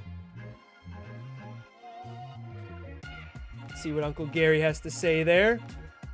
Sorry, I should have been reading the prompt to Uncle Gary to see what his initial actions are. The hash-slinging slasher got to them exactly. I think you're right, Loopsy. Well, I'll be damned if this ain't weirder than a 3-peckered billy goat. Y'all reckon my keys might be in this shithole? All right, Jack, you go check 'em offices, look in drawers and under some papers and shit. Jill, you head to that bathroom, look behind the toilet and in them cabinets. I'll go ransack the kitchenette, maybe find a bottle of something stiff while I'm at it. Shit, after today, old Uncle Gary needs him a stiff one. Let's find them Uncle dang Gary, blasted man. keys. Uncle Gary talks a lot, but it looks like he's taking a leadership role in this position. Jill said she wanted to search the couches. She makes her way over to the couches, doesn't find anything of interest, but as she nears the hallway here, the opening in the halls, a French fry flies past her head. We'll see if it hits. It has to be a 15 or higher in order to connect. And oh my god, it's not looking good! The French fry pierces Jill in the back and hits her for 1 damage. And we notice a French fry man in a suit. Gary's just he's looking out for his car keys. A French fry in a suit rounding the other corner says, "Would you like to purchase at McDonald's?" And now poor Jill is down to 1 HP. Jack is going to use one of his band-aids from his first aid kit to heal up his divorcee, or soon-to-be divorcee Jill. There you are, Jill. I take care of you there. And now Jill's back at 2 HP. Curses, Gary. While you were trying to search the offices there, a French fry flung a French fry dart at Jill and injured her. What would you like to do? They see us as invaders, I think. I don't know why. I don't know why they're so aggressive, Jill. I don't know what their deal is. Let me flip Jack over here so now he's facing the French fry guy. Oh, you gotta be fucking kidding me. Ain't we done with these Gary's fast food pissed. fucks? Alright, enough playing round. Ain't no French fry gonna hurt my Jill and get away with it. I'ma flip this shit upside down with a good old-fashioned brass knuckle punch. And later, let's go, Uncle we'll all Gary. need a good swig of moonshine to forget this whole fry fuckery. That's very true, Gary.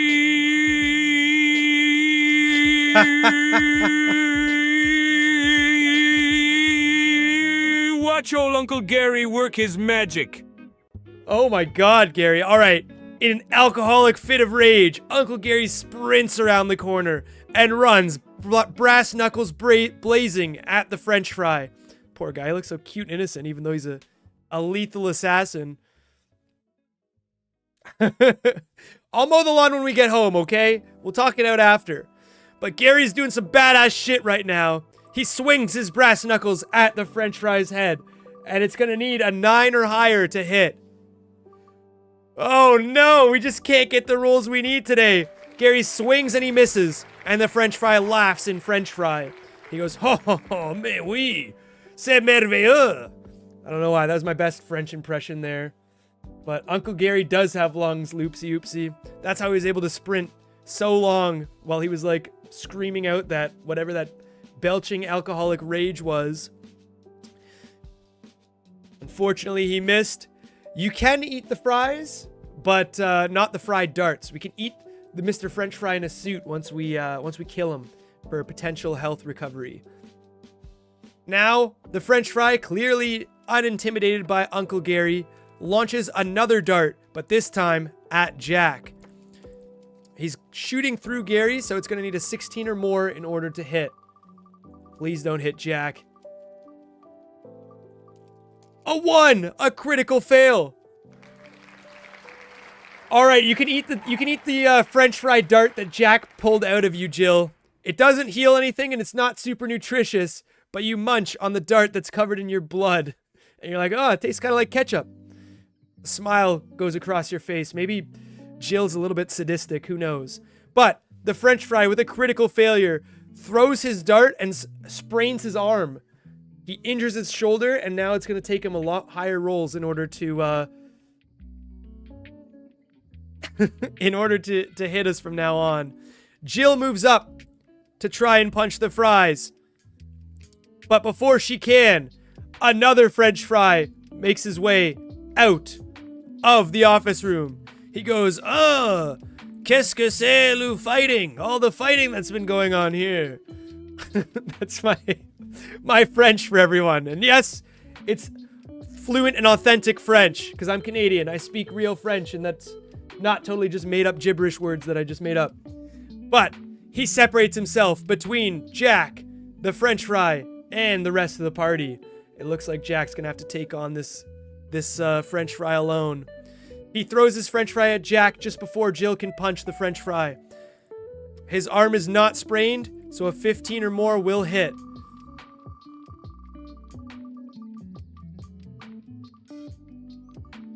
And it just barely misses Jack's head. It goes right under his armpit. Sorry, I know I'm pointing between my my neck there, but it goes under his armpit and sticks to the bat wall like a dart, springing in the wall as it hits.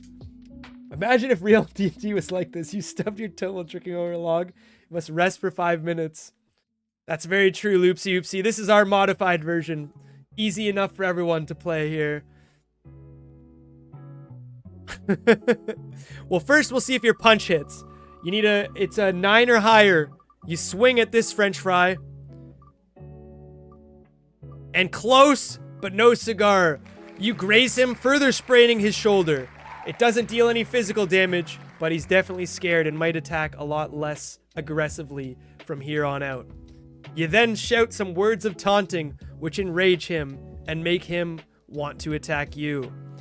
French fry number 1 speaks in more French fry French that doesn't make any sense and says, "Oh, le tabernacle sacré bleu! Oh, qu'est-ce que oui, je ne parle pas français."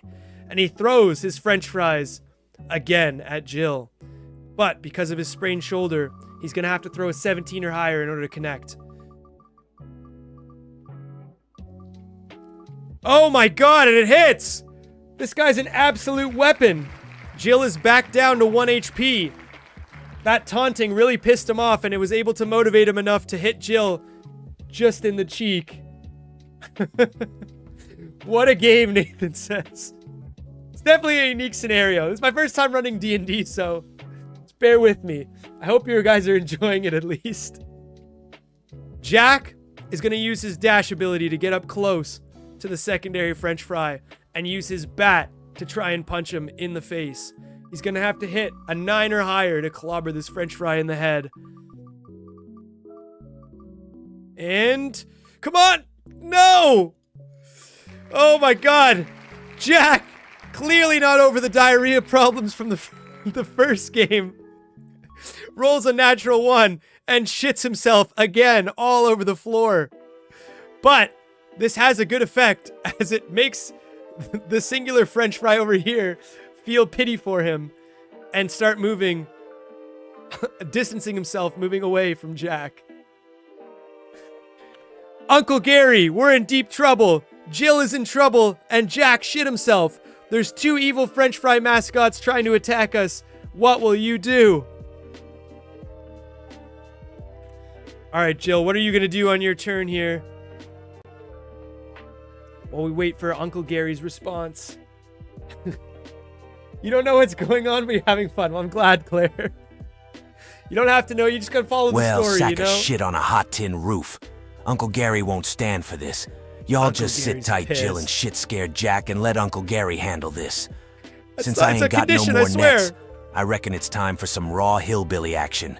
Just like go. a trucker in a snowstorm, I ain't got no choice but to plow through. It's time for these French fried fellas to meet my brass knuckles. Oh my god! With the most... The shit hasn't reached you, Jill. It hasn't been that far. It's just Y'all ready coming for a out of Southern-style Jack's ears. smackdown? Darn tootin'. Now where's that bottle I was looking for? And with the raspiest groan I've ever heard in my life, Uncle Jack swings at the malicious French fry. And because he's injured, anything over an 8 will hit. And it looks like Jack rolls a 5. That's not good. But Jill tries to punch him too. And because his alcoholic rage ability makes all of our rolls a little bit easier, Jill will have to roll a 6 or higher in order to hit. Gary tried, but he missed, unfortunately. He let out a big scream that was very concerning. But Jill stepped up to the plate, and she swung her fists, her womanly fists, and was able to punch the French fry square in the face.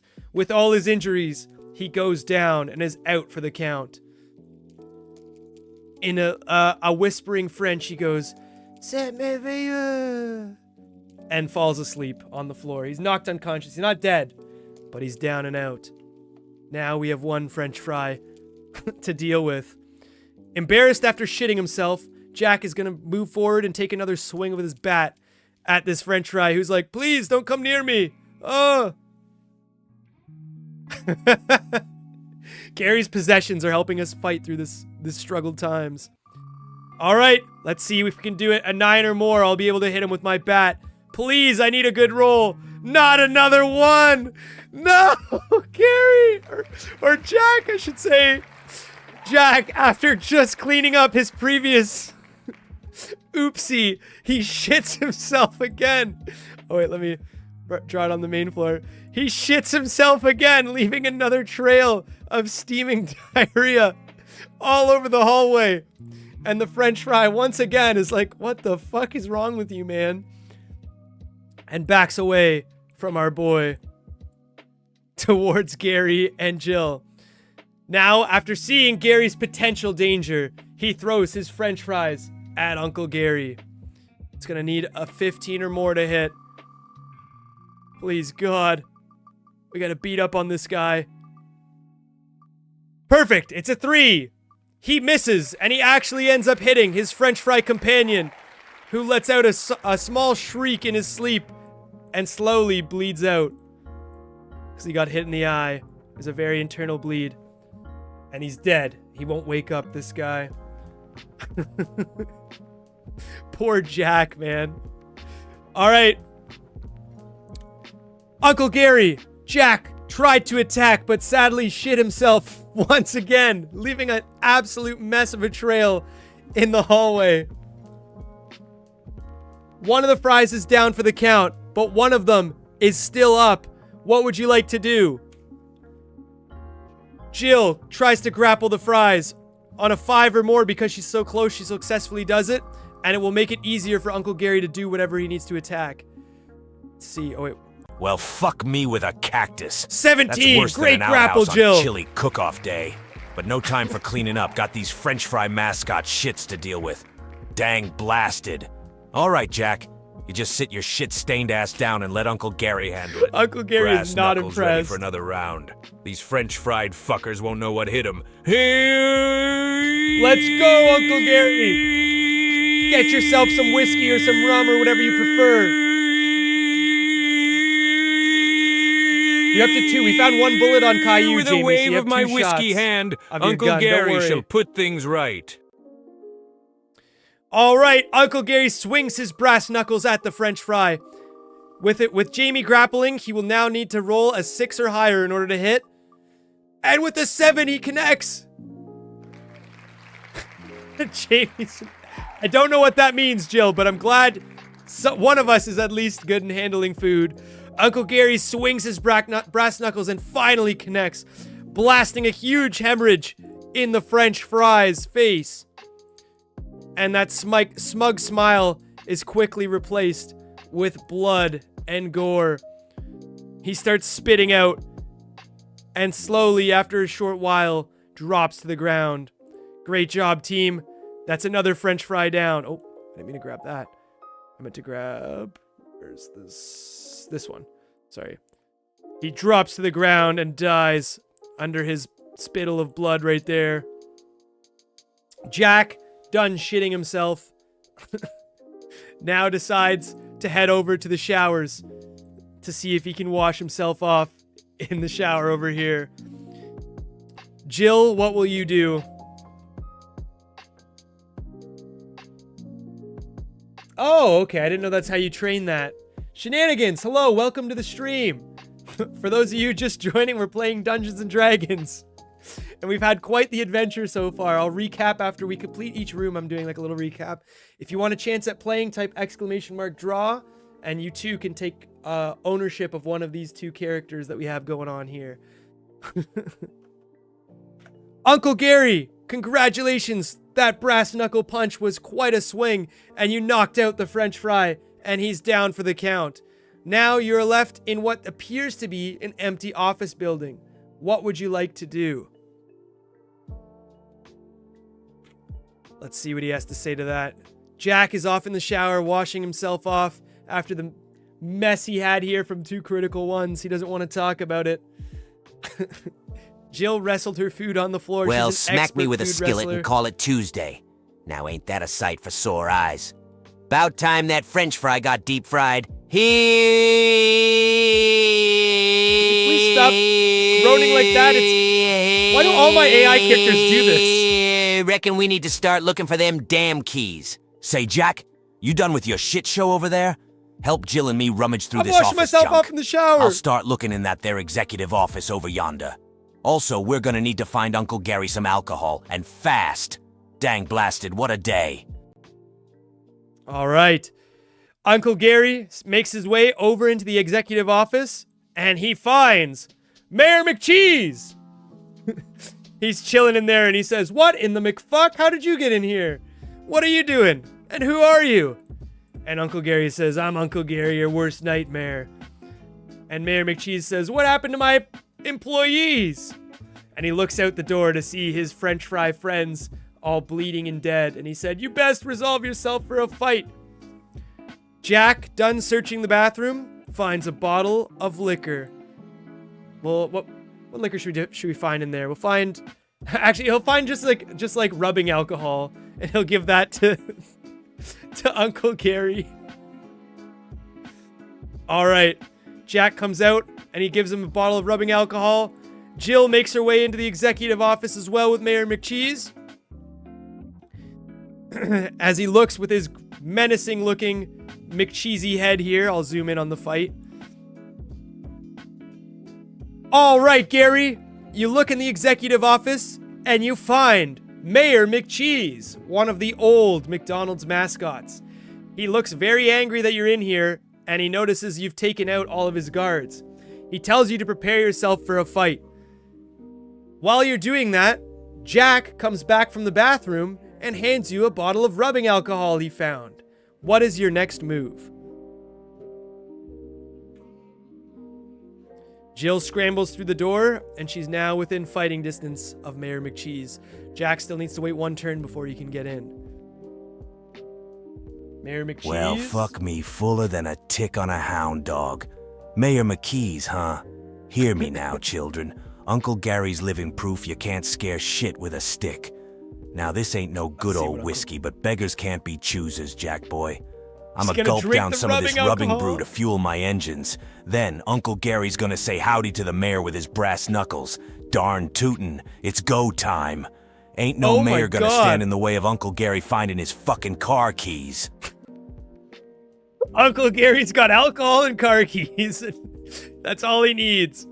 Uncle Gary runs up to him, and now that he's all fired up after drinking half a bottle of rubbing alcohol, so he's still saving the other half for later, charges towards Mayor McCheese with his brass knuckles.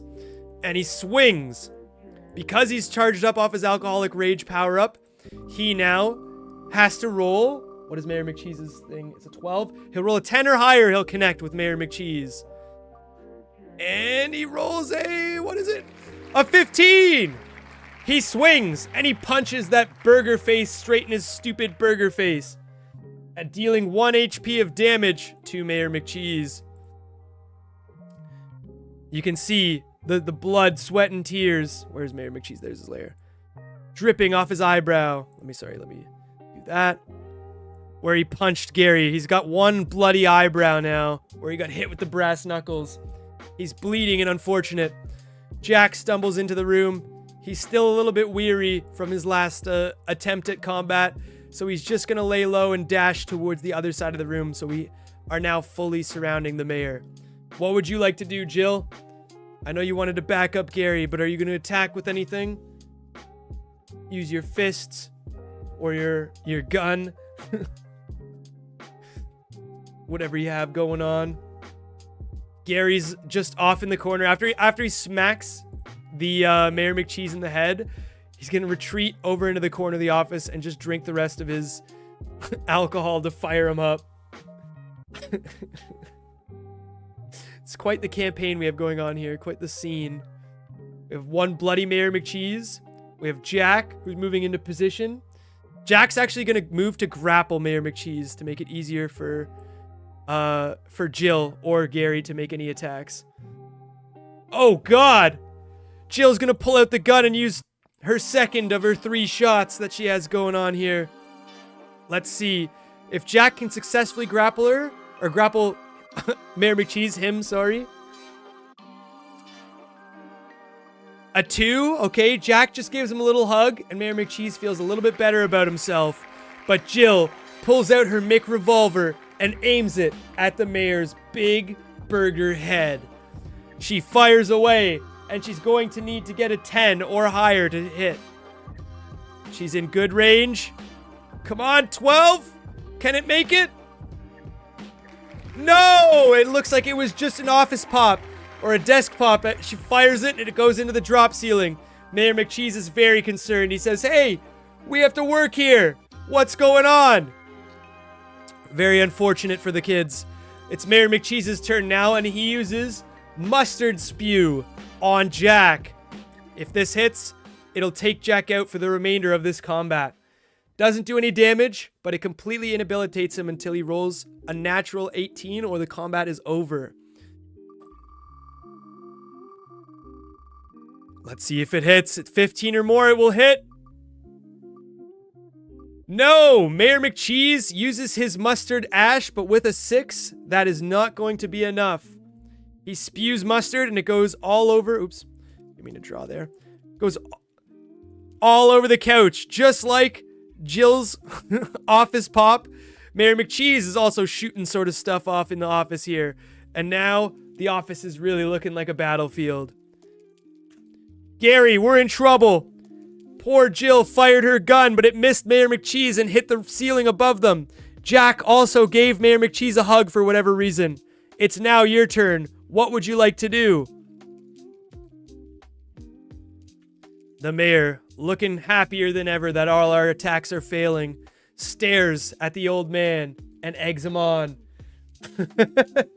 Hey, Ty. Welcome to the stream.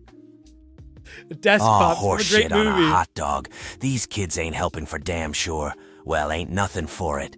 Time for Uncle Gary to step in and teach McFucking-Cheese a lesson here. I'm Let's pulling go, out them Uncle brass Gary. knuckles, revving up my drunken hillbilly rage. Prepare for the wildest bucking-ass brass knuckle punch you ever seen. Now y'all sit tight while Uncle Gary gets old McCheese a taste of southern hellfire. Oh my god, Uncle Gary the alcohol seems to have burned through his throat, and now, I don't know what we're hearing, but he laces up his boots once again, gets his brass Ain't no knuckles out, burger-headed bastard gonna ruin my hunt for my keys. and swings towards Mayor McCheese. Let's see, on a 12 or higher, it will hit. Also, Colin and Ty, if any of you guys want to play, you can type !draw, and I'll put you in as one of the characters, if you would like. No! Gary misses with his his brass knuckles, and he punches the desk, damaging his brass knuckles and cracking them. So they could be a little bit worse. Hello from 12 hours in the future. Gary sounds like my furnace turning on. There's certainly something wrong with him. Thank you for the compliment on my hat. I am the Dungeon Masters. Cleaning his cat?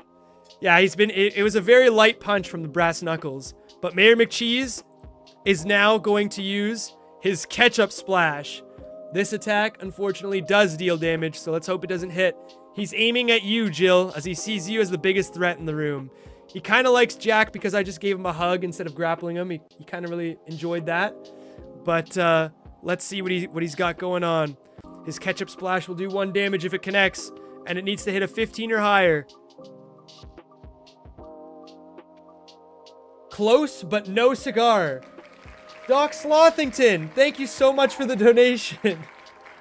I'm glad you're enjoying the stream and that you're finding it as chaotic and enjoyable as I am.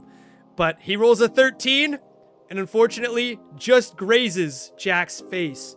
So we'll give him a little bit of ketchup, but it doesn't do any damage. It joins the mustard splash off in the corner here. And it gets Jack a little bit on the cheek here, but it doesn't do any damage. But thank you so much for the donation, Doc Slothington. I really appreciate that. I hope you're enjoying the stream. And I'm glad you're finding it at least a little funny. So, without further ado, Jack's gonna steal up.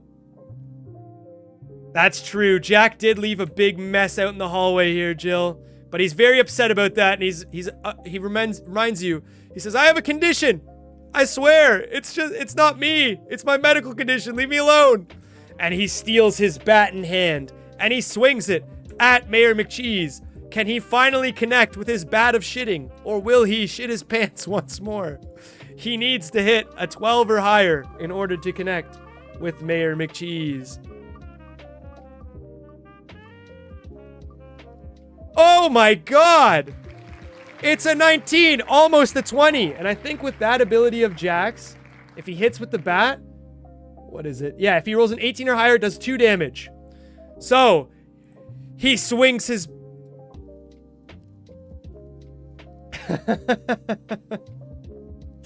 That's very true. It's okay. You're just warming up, Jill. You're just warming up. But Jack swings his bat, and he whacks that hamburger across his ugly-looking hamburger face. The Mayor McCheese takes a nice uppercut to the jaw, and it does a lot of damage to the guy, and he's covered in ketchup from the shitting bat and shit. Stoked for you to come home. Oh, you're talking to Ty. Yeah, Ty. For those of you who don't know, Ty's my sous chef in the cooking stream, and he's currently training in Thailand. But yeah, if anyone wants to participate in the stream, type !draw. But in the meantime, Mayor McCheese, after taking an uppercutted bat to the face, the blood does spatter across parts of the walls here, and he says, listen now, hold on. 3 against 1, it's kind of unfair. I really need some help here. I'm not looking to die tonight. Ronald, that crazy bastard, I don't know what got into him. He made me do all this. He made these monstrosities come to life. I don't know what he's got planned, but it's not good. I'm not on his side. I'm on your guys' side. Please, I value my life. It looks like Mayor McCheese is trying to negotiate in these situations. I'll let chat vote and try and see if we show him mercy or if we continue our smackdown. Let's see what we have going on here. Start this poll. Let me add poll. No, I don't want to start the Q&A. Add poll. There we go. Do we show mercy to the McCheese? Yes or no? I'll let chat decide. I'm excited to see you too, Ty. Got lots of fun stuff planned. But yeah, Mayor McCheese right now is begging for his life. He's really looks like a good guy. He's got the gleam in his eyes. He's, please don't kill me. Please, I swear. I'll do anything. I'll help you guys out. I'll give you any information you want. I just want to live. I want to live peacefully in this abandoned, rundown McDonald's. Maybe I can take over administration. It'll be a lot nicer. But unfortunately, looks like 100% of chat again is saying no mercy. He's really looking bad. He's got ketchup dripping down from his upper chin, and he's in a bit of a tizzy. I'll end the poll there at 7 votes for no mercy. Chat really wants to see the gruesome killings that are... Our party has ensued on everyone. All right, Uncle Gary, Mayor McCheese has begged for his life. He's really beaten down bad after Jack smacked him across the face with his bat. He's willing to offer some information in exchange for his life, but it appears that we want violence. What will you do? Do you want to question him and then beat him up, or just lay down a beating? That's a very good observation, Jamie. Very good observation. Maybe after, we'll see what Uncle Gary has to say here, now that he's all drunk and fired up. And then perhaps we'll interrogate him, see what he knows. That's well, true. shuck my corn if it ain't turning in our favor. Darn tootin' Uncle Gary loves a good turn of events. All right, McCheese, squeal like a pig, you yellow-bellied burger man. Spill them beans about my fucking car keys, and you might not meet the dark end of my brass knuckles. I reckon a little drink's gonna fuel this negotiation just fine. Oh my god, why did he get all high-pitched? It looks like Uncle Gary's on the speed or something. Might have a loose gasket. I don't know what... Uncle Gary, are you okay? Ain't nothing that can't be solved with a little booze and a good swinging bat. After the most intimidating squeal Uncle Gary has ever let out in his life, Mayor McCheese says, okay, sorry, I'll tell you what you know. Car keys? I don't know anything about car keys. I don't know what you're talking about.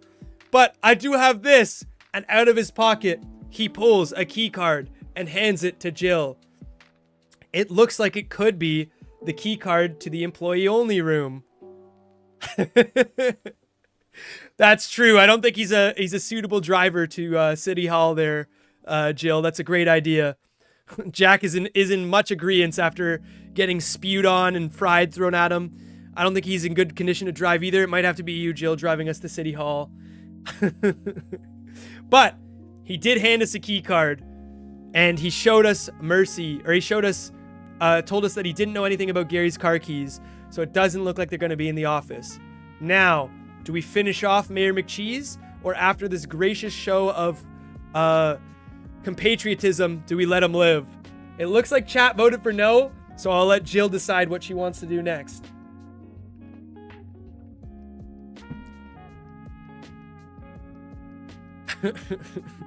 Uncle Gary is just like drunk in a corner. He let out a big squeal. That squeal of joy that you heard intimidated him, and then he said, my work here is done. And he made his way over to the bathroom to go relieve himself. Maybe we can find you a bottle of water, or you can drink some of if we find another pop to fight, you can drink some of the pop juice and sober up off of that. See what's going on.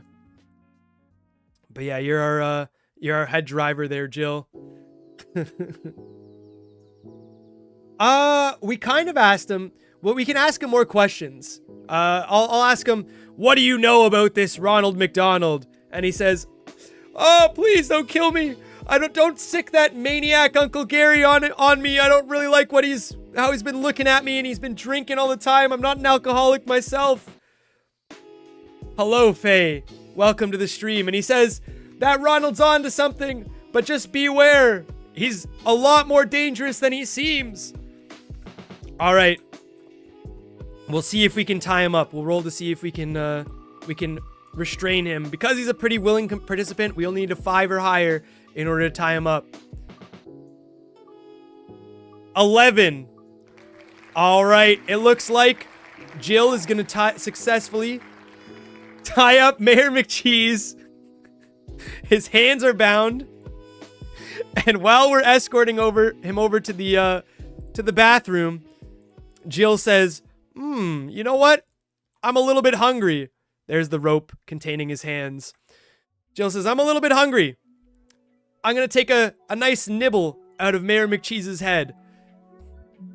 And because he's restrained, a 2 or higher will successfully eat our Mayor McCheese.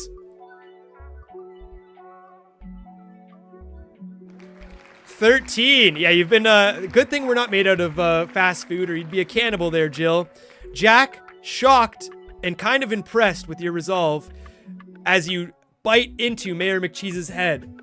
It heals you up to full health, but unfortunately, Mayor McCheese was in such critical condition that it's enough to kill the poor guy.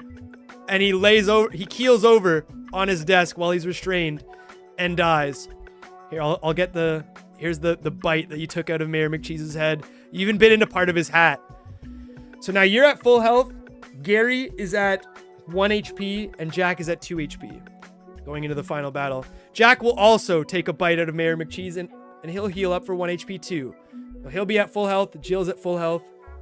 Let me just write that down. Jack's at 3. Jill's at 3. And Gary's at 2. So we're looking pretty good. Do you also want to search the drawers or anything before we head out into the next section? It's all good. Mayor McCheese needed to die. The audience wanted to see the guy dead. With blood, ketchup, and shit stains covering the office, we've completed our work in this section. We now have the car keys. Or not the car keys, sorry. We now have the key card, I should say. We make our way towards the entrance. Uncle Gary, after taking a nice long dump in the bathroom, says, hey, looky here, son. I found one of those Band-Aids you like. That's true. There's quite the stench in here. But Jack did wash off in the shower, so he is clean now. He's not covered in his feces. He's doing good. But Gary found another Band-Aid for him, so Jack still has his full first aid ability and 1 Band-Aid, which he uses on Gary to heal Gary up to full health. Sorry, not house. These headphones are really killing me here. But for this final encounter, we make our way back out to the main entrance where we had the carnage earlier. And I'll refresh everyone before we head into this key card area. Can anyone remember the password that we found from the Caillou, or not Caillou, Bald Kid play place? As I recap, as long as somebody types it in, we'll be good. I'll move Jill over to this door too. So we started out, our adventure started. Jack and Jill were heading to City Hall to get a divorce. Their marriage is on the ropes, and it seems to be doing a bit better now, but they were just in the verge of separation. As a witness to their separation and mediator, that's true. Gary's been down bad. But Gary was the mediator. He drove them. But unfortunately, because he's an alcoholic, he needed to relieve his bladder. And he went to this rundown looking McDonald's. We waited for him for a while. We knew that something wasn't right. So Jill and I decided to head on in. And when we made our way in, we had no sign of Uncle Gary. Instead, we found all these fast food monstrosities that attacked us. Midway through the fight, Uncle Gary busted out of the bathroom and helped us beat up these food pieces back to where they came from. We ate some of them. They were very delicious, healed our health. And he mentioned that he got jumped while he was in the bathroom by a clown dressed in a yellow suit and lost his car keys. We went on the search for his car keys. First, we ventured to the play place where we beat up the bald kid at the top of the play place, the angry bald kid. As well as poor Jack took a shit down the slide by accident because another critical failure. Gary got some nice booze, so he's very happy. We killed a hamburger and the Hamburglar, who was too busy using kids as human shields to bother us. Then we made our way back into the main building and into the office buildings, where we were confronted by two French fry assassins that were constantly speaking French. We didn't understand French, so we didn't understand them, but we fed them a whole whopping and beating. We met up with Mayor McCheese, where we, unfortunately, he was trying to negotiate for his life with us, but we decided to cannibalize him and eat him to regain some health. He gave us his key card, which we needed the key card and the passcode to enter into a door that says employees only. So if anyone can remember the passcode that we found in the play place, what it was, then we can advance into the next area.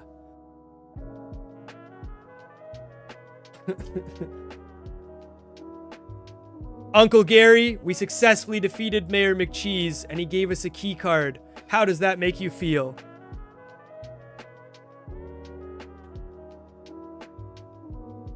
There we go. Let's see how Gary has to say, or what he has to say about our adventures so far. Hot damn! That's better than a frog's hair split three ways. Gary's Dang, fired we up. whooped that McCheese ass. Here's to Uncle Gary's stellar negotiating. Fuck yeah, Gary.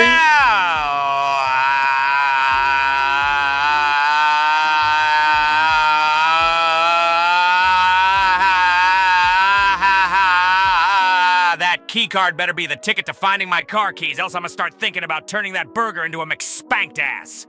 Now Oh where's my that God. bottle of joy juice? Gary ain't Gotta fucking toast to our around. victory. Jill says she's got the code in her pocket. Oh yes, I forgot. It's okay, Jill.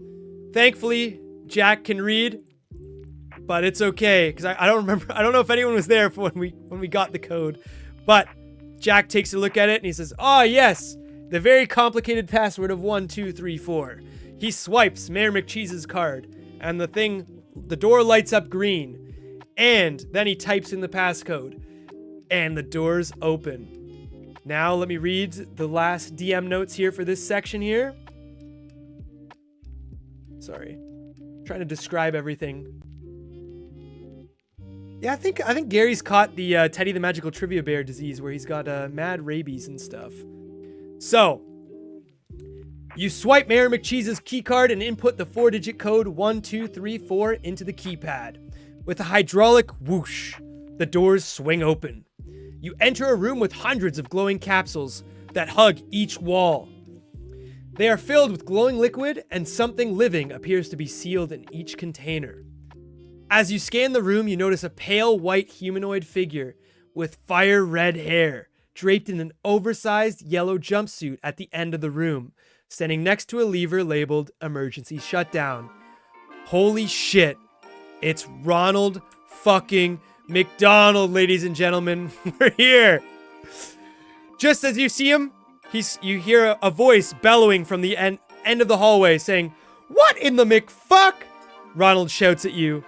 "How did you get in here? The McSign says McEmployees McOnly." With a panic expression, you watch as Ronald pushes a button, opening 2 of the capsules. "Rise, my McEmployees! Dispose of these trespassers!"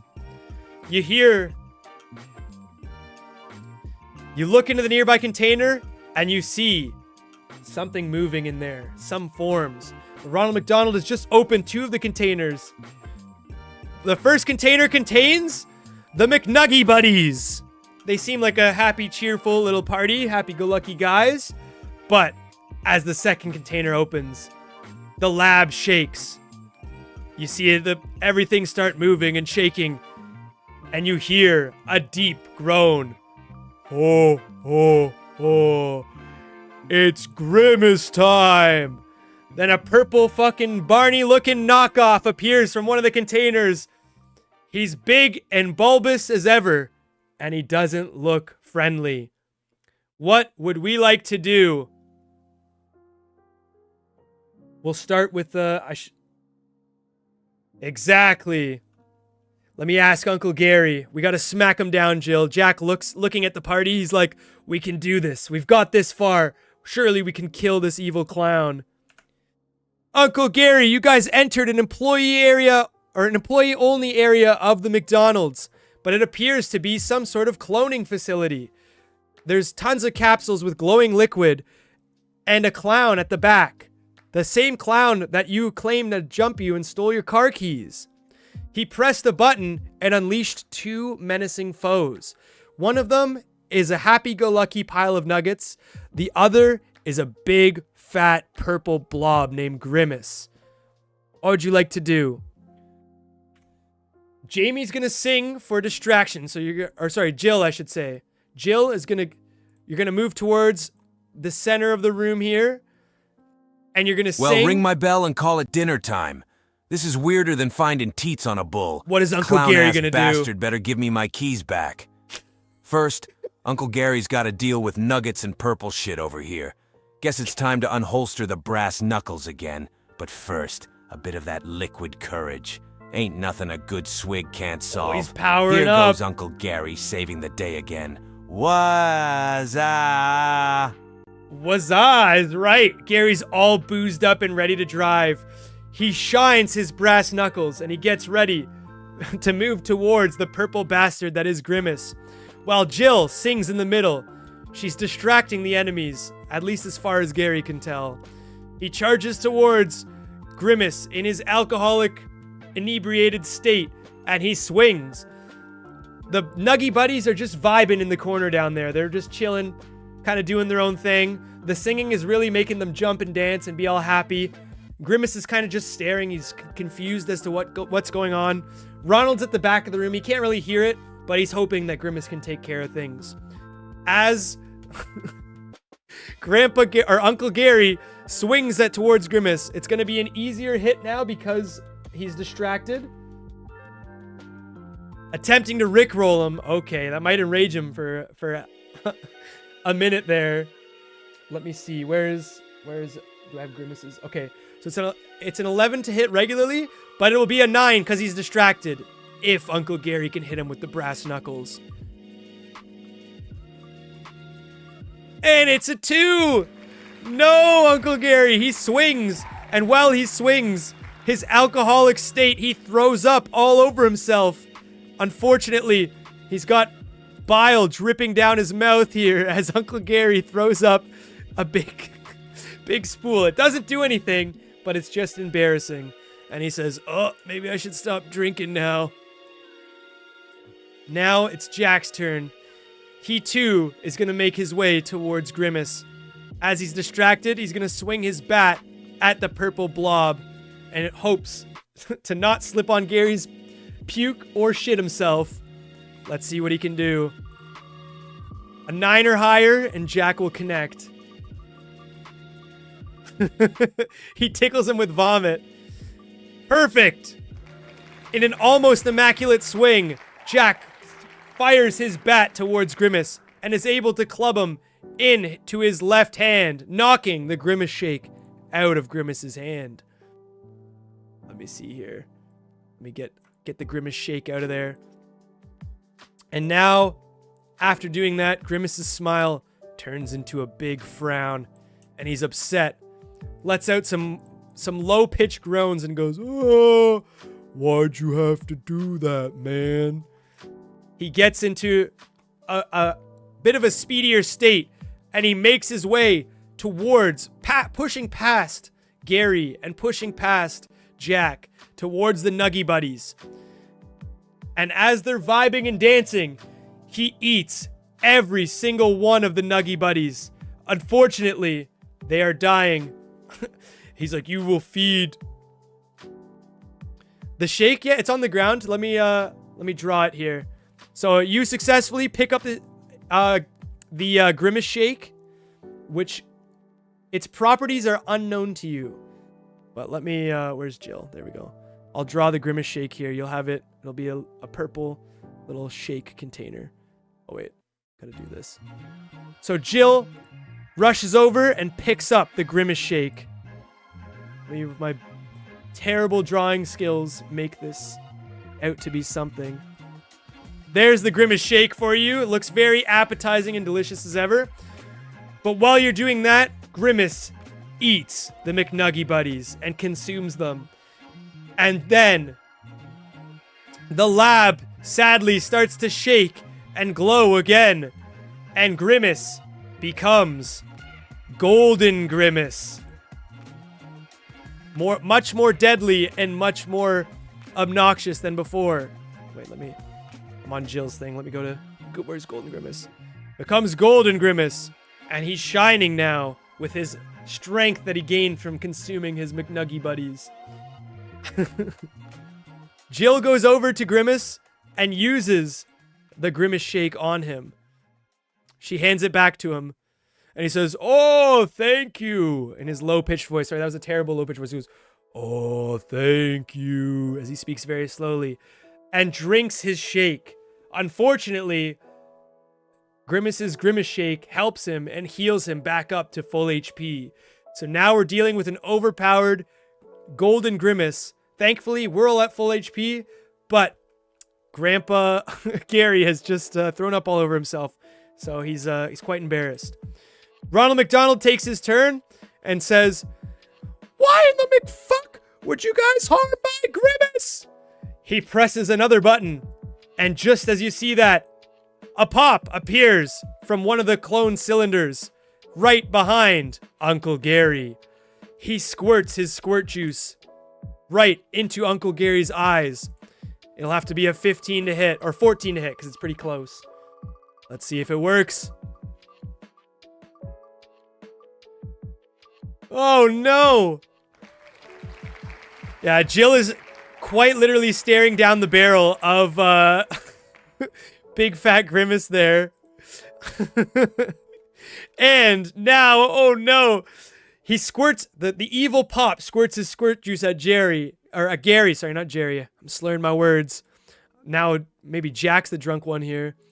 Squirts his squirt juice at Uncle Gary and blinds him in the eyes with a 17. He's looking more like a goblin than he is like a human. It doesn't do any damage, but now Gary is at severe disadvantage for any attacks he makes. Let's see what he wants to do. Gary, a strange talking soda appeared behind you, and he squirted juice into your eyes. You're at a little bit of a disadvantage, but you also have vomit all over yourself because you threw up on yourself because you've consumed so much alcohol. What would you like to do?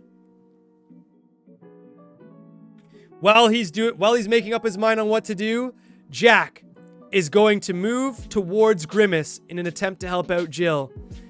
He steps in the way and swings his bat at the gold. Well, ain't this a fucking shit show? Y'all seeing Uncle Gary here, blinded by some soda squirting shithead and vomit on his damn shirt. Dang blasted. Ain't got no choice but to fight my way out. Gonna summon all my booze-infused power and slam those brass knuckles into the soda fucker. But first, one last swig for good luck. Well, can't see shit, but Uncle Gary ain't going down easy. Uncle Gary's gonna swing his brass knuckles. He's at severe disadvantage, so an 11 or higher he needs to hit. The pop is very weak, but let's see if he can kick it back to the pop realm. Oh my god! It's okay, Jill. That maybe will give you an advantage moving towards Ronald McDonald.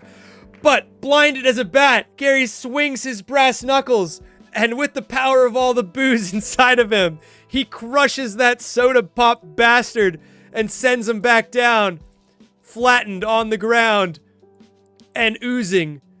Creates a big pile of his blue goo. Thankfully, he's not in a key area, so he can't really prevent us from walking around. It doesn't debilitate or prevent us from moving too much. Now, our friend Jack turns his face to the grimace, and he moves in with his bat, swinging. And then Jill will swap places with him. He needs to hit a 13 or higher to connect. Please, we need to do some damage here, Jack. He almost shit his pants. Jack was so close to rolling a 1 and shitting his pants, but for once, he rolls an 18. An astounding clock right to Grimace's jawbone, right in the skull bone here. He clocks him, and you see the ketchup flying right in his face. He's got a big smudge here, and it covers part of his eye. It could prove to be disadvantageous in some of his coming attacks. Now, that's a lot of damage. That it did a critical hit, so it did 2 damage towards Grimace. Yeah, Gary with his brass knuckles can carve up the turkey. But now Jill is gonna swap places with Grimace. So Grimace moves towards Jill, and Jill with her drink moves to where Grimace was. Grimace a little confused on what happened. Oh, we gotta redraw Grimace's blood here. We're gonna add the blood to his layer. Oh, wait, where's Golden Grimace? There it is. There you go, buddy. Oh, let me add that on. There you go. It's covering a bit of his eye, so it gives him a bit of a disadvantage in attack. And now Jill has a clear break if she wants to move towards Ronald McDonald, as she did a swap. Ronald McDonald's turn now, and he says, "How dare you defeat my Soda McEmployees! You McFools are going to McDie!" He presses the button again, and another clone, Mr. French Fry, appears right underneath Golden Grimace. Nathan, thank you, Brett. I love your stream, but I have to go to bed. I'll catch you in the next one. Thank you for tuning in, Nathan. I hope you had a great time, and I hope you have a great rest of your evening. I hope you enjoyed this chaotic mess that was the D&D stream. Now another enemy has appeared. Let me ask what our alcoholic uncle wants to do. Jill, you draw up your turn 2, and we'll ask Uncle Gary what he wants to do. Uncle Gary, what a hit! You deliver a fatal blow to the French fry, or to the pop can guy, and he oozes all over the place. Your eyes are still obstructed a little bit, but Ronald McDonald has summoned another French fry, along with a very strong and powerful Golden Grimace. They're surrounding Jack right now. Jill is making her way to Ronald McDonald. What would you like to do? Jill moves towards Ronald McDonald. We'll say she can get about half distance. Probably can't get like a full distance yet. We'll say in one more turn she'll be able to make her way over to him. Fuck a duck, this ain't my day.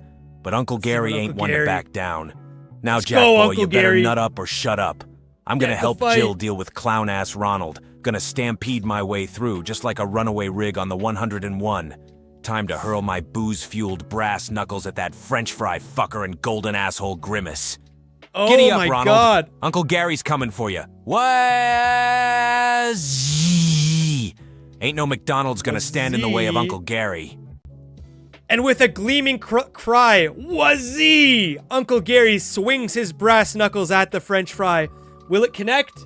He needs an 8 or higher in order to hit him. No! Uncle Gary! He swings his brass knuckles, but unfortunately shits himself all over the floor. The French fry, a little concerned for his health, distanced himself from Uncle Gary, but now covered in vomit and turd. Uncle Gary is really debilitated. Jesus, that's not a great look for Uncle Gary. The French fry is going to make distance. And he's going to move up here and fire a French fry at Jack. He's going to need a 14 or higher to hit. Let's see what he can do here. We'll keep this up here. Get snuck upon, chat. Hello, Chaos Army. Welcome. What did I roll? I rolled a 17. No! So Jack takes another French fry to the face. Or I guess it's in the back of the head this time. Before he can turn around, he's struck in the back by a yellow French fry. It's sticking out of his head and does 1 damage. Thankfully, that's the first damage that we've had so far. Gary is severely debilitated, and I don't think he'll be doing much damage. But besides Jack, everyone's at full health, which is nice. Jill, it is now your turn, and Golden Grimace's turn. So I'll give Golden Grimace a turn, but draw up what you want to do, Jill. Golden Grimace is going to move towards the downed Gary, who's struggling for his life here. He's got spray in his eyes, vomit all over himself, and he just shit himself. Grimace is going to use his eat ability. He's going to try and take a bite out of Uncle Gary, and he can successfully, if he rolls an 18 or higher, he does 2 damage and heals himself. But if he rolls a 1, if he rolls 15 or higher, he just damages himself. So 15 or higher to damage. Sorry, I know it's a lot. He's trying to eat Uncle Gary. Oh no, it's gonna be a nat 20. Oh no. He rolls a natural 20 and he takes a big chunk out of Uncle Gary, dealing 2 damage and putting him down to 1 HP. Oh god. Where's Uncle Gary? We're gonna have to erase. He bit off part of his ear. He's like the guy who fought Mike Tyson. Poor Uncle Gary. He's in a bit of a bind. Me being Jack, I'm gonna move towards Uncle Gary and I'm gonna use my ability, my first aid kit, my one-off ability that heals Uncle Gary of all his ailments and brings him back to full health. We haven't even fought Ronald McDonald yet, unfortunately, and I already used my health ability. But Gary, you can see. I know, poor Uncle Gary's he got eaten in the bathroom, he got eaten in the play place, but now his eyes are clear, and oh my god, that's fucking scary. You see, as I used my health kit on him, it actually was just rubbing alcohol that I dumped down his throat, and he's now ripe as rain. He's done shitting himself, he doesn't care that he lost an ear, and he's ready for battle. Grimace is a little bit better, it healed himself 2 HP, so now he's back up to almost full HP. Jill is going to move back towards the party. She doesn't want to take on the menacing-looking Ronald McDonald just yet. Ronald is going to use this round to taunt the party. He's going to say, "McFuck you, McFools! You'll never get me and my clones. Once I have all these clones perfected, I'll never have to hire another employee or pay minimum wages for anyone ever again. I'll be making so much profit." And as he says that, everyone in the party gets a little bit enraged.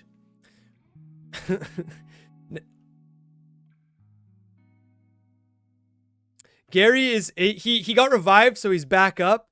He's not prone right now, but he did bite his ear off. He was good, but now, as you can see, he's, I think he's on some drugs or just very alcohol infused.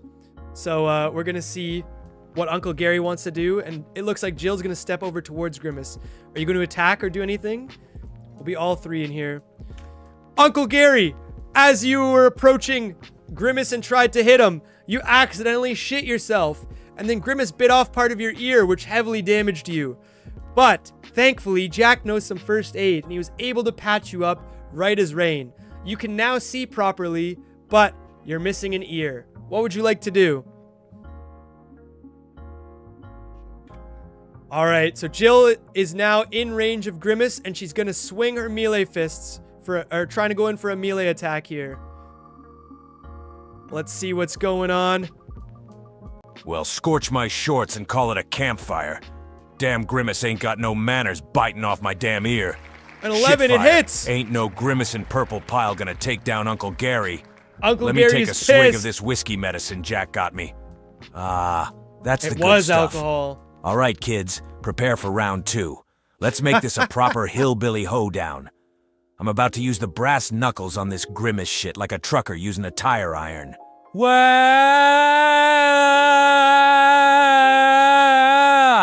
Time to get your macass kicked. Uncle Gary really likes saying "wazah," but he's fashioned up his old faithful, his brass and his knuckles.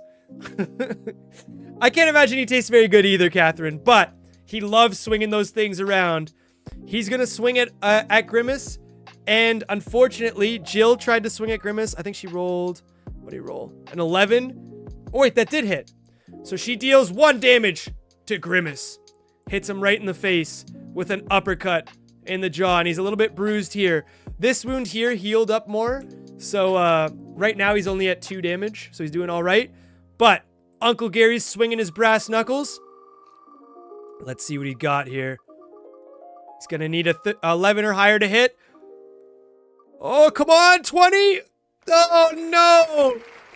He misses, but it's a very intimidating punch. The war cry has intimidated Grimace and causes him to back away a little bit. It looks like he's not going to attack this round. He's trying to create distance. Because the only one who has any range seems to be Jill. And Gary seems to think that his net gun is out of ammo, even though he only shot it twice. Maybe we'll have to tell him that he can use his net gun. But we might need to save that for later. All right. Now the French fry's turn to attack. The French fry sees Jack with a French fry already in his head, and he decides to fire a second shot. Let's see if it hits. It's going to have to be a 15 or higher to hit. He takes a fry out of his holster, and he throws. And it misses, thank God, and it hits one of the cloning chambers nearby, which shatters and kills the clone inside. We'll say it hit this chamber down here, and you hear like a small as somebody died here. They got speared by the French fry dart. Grimace is moving away, but he can't get away for long. Jack's gonna use his dash to move up to Grimace and swing his bat once more. Hopefully it's not the bat of diarrhea. I feel like we got a sick Uncle Gary on the French fry, but I'm just trying to take out Grimace right now. So I swing my bat. It's got to hit an 11 or higher. Come on. Please not a 1. Please don't shit yourself. No. Oh my God. And as he swings his bat, Jack, unfortunately, has blatant diarrhea. Alex Jefferson, thank you for joining the family. Welcome. Thank you for subscribing. And welcome to the family. Sorry, I was trying to read the name. It's very faint on the chat there. I hope I pronounced that right. But I'm very happy that you subscribed, and I'm happy to have you along for the ride. So let me undo that. So as Jack swings his bat at Grimace, he steels himself, and he's very confident that he's going to lay a hit this time. But instead, completely misses and shits all over the floor and says, "Oh God, not again." I think this is the 4th time Jack has shit himself this campaign. It's really not looking good. Jill, being the only one who seemingly can do anything, moves up to the French fry and attempts to punch the bastard in the head. Let's see. It's a 9. Yeah, 9 or higher will hit. I'm trying my best, Jill. I'm just not good. Jill throws a punch, but unfortunately it doesn't connect. Let's see if Uncle Gary can do anything. I think we know what he's gonna do, so we'll just throw him up here for now. We'll get him to use his best brass knuckles on the French fry. Because he's in an alcoholic rage, we'll say a 7 or higher will connect. Really lowering it down here, but oh my God, he's a slugger with a 14. He absolutely knocks the lights out of this French fry and sends him so far into the stratosphere that he gets punched out of the map. Good job, Uncle Gary. That's huge. Play some winning music there. All right. And now Grimace is attempting to use his fists. Oh, wait, no, he doesn't have fists. Sorry, he's going to use his eat ability on Jack now that Jack's in range. Hopefully Jack doesn't take a critical, because we can't afford Grimace to be healing anymore. It's going to be a 15 or higher to hit Jack. Bye-bye, Fry Guy's right. Jill's very impressed. 11! It misses, thank God. That is perfect. Oh wait, my YouTube studio chats just gave me an error. Let me, hopefully I can still hear your chats there, Jamie. But it doesn't hit. Grimace tries to take a bite out of Jack, but he swiftly dodges out of the way. Let's get going up to the block. Okay, let me, it doesn't look like it's connecting right now, but let me just restart the chat here. Give me 1 second. Sorry. Bear with me for a second, guys. Gotta refresh this page. It's out of memory, so I just need to load it, pop it out, and there. Now it should be able to read chats. I was just getting an error on my command prompt. But yeah, Jack dodged out of the way, and now we just have Grimace to deal with. All right, Uncle Gary. You still have 1 charge left in your net gun, and it looks like the Golden Grimace is trying to get away from us. We killed the French fry guy with your great bare-knuckle brawling abilities. What would you like to do now? And as we're deciding on what we want to do, Ronald McDonald from the other side of the cloning facility says, "You haven't forgotten about McMee. Here we go." Well, butter my butt and call And me he biscuits. That golden grimace ain't getting away from old Uncle Gary. Time to put that net gun to use. Let's rope him in like a hog at the rodeo. Once Big Perp's caught, I'ma land him some fist curry, courtesy of Uncle Gary's brass knuckles. Hey. Let's go, Uncle Gary. Uncle Gary's, he's charging up the net. He's got it, the net gun on his Ain't shoulder. no grimace gonna He's ready outsmart to Uncle fire. Gary on his booze run. Uncle Gary, we're not on a booze run. We're going to City Hall to Time for a officiate the fry-tastic divorce. beatdown. You hear, you haven't forgotten about McMee. And Ronald McDonald, an impressive feat of athletics, does a full front flip and lands just about halfway between you and Grimace, realizing that his friends are in trouble and he needs to do something. He brandishes a very bloody and ketchupy kitchen knife. Grimace is now being fired upon by Gary, who's moving into a more suitable position and shooting his net gun to try and trap the bugger from running away. Let's see. A 13 or higher will entangle Grimace. He poises, steadies his aim, and fires, but sadly, to no avail. His last net gun shot does not trap Grimace, and Grimace backs up towards Ronald McDonald. Just then, Jack chases him down with his bat of shitting in hand. He uses his dash ability to get in close. And then his bonus action to use his bat and swing upon Grimace. An 11 or higher will connect. And hopefully we can do some critical damage here. No critical damage, but we did hit Grimace. We swept his legs and he's now on the ground. He's not dead, but he's prone. And he's very badly injured. He's got a bloody knee. I took out his kneecaps.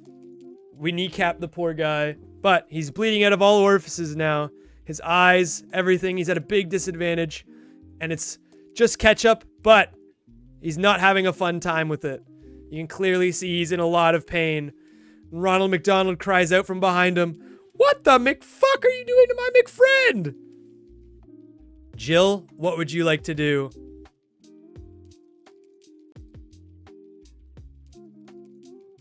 Throw up your fist some more. You do have one more bullet, too.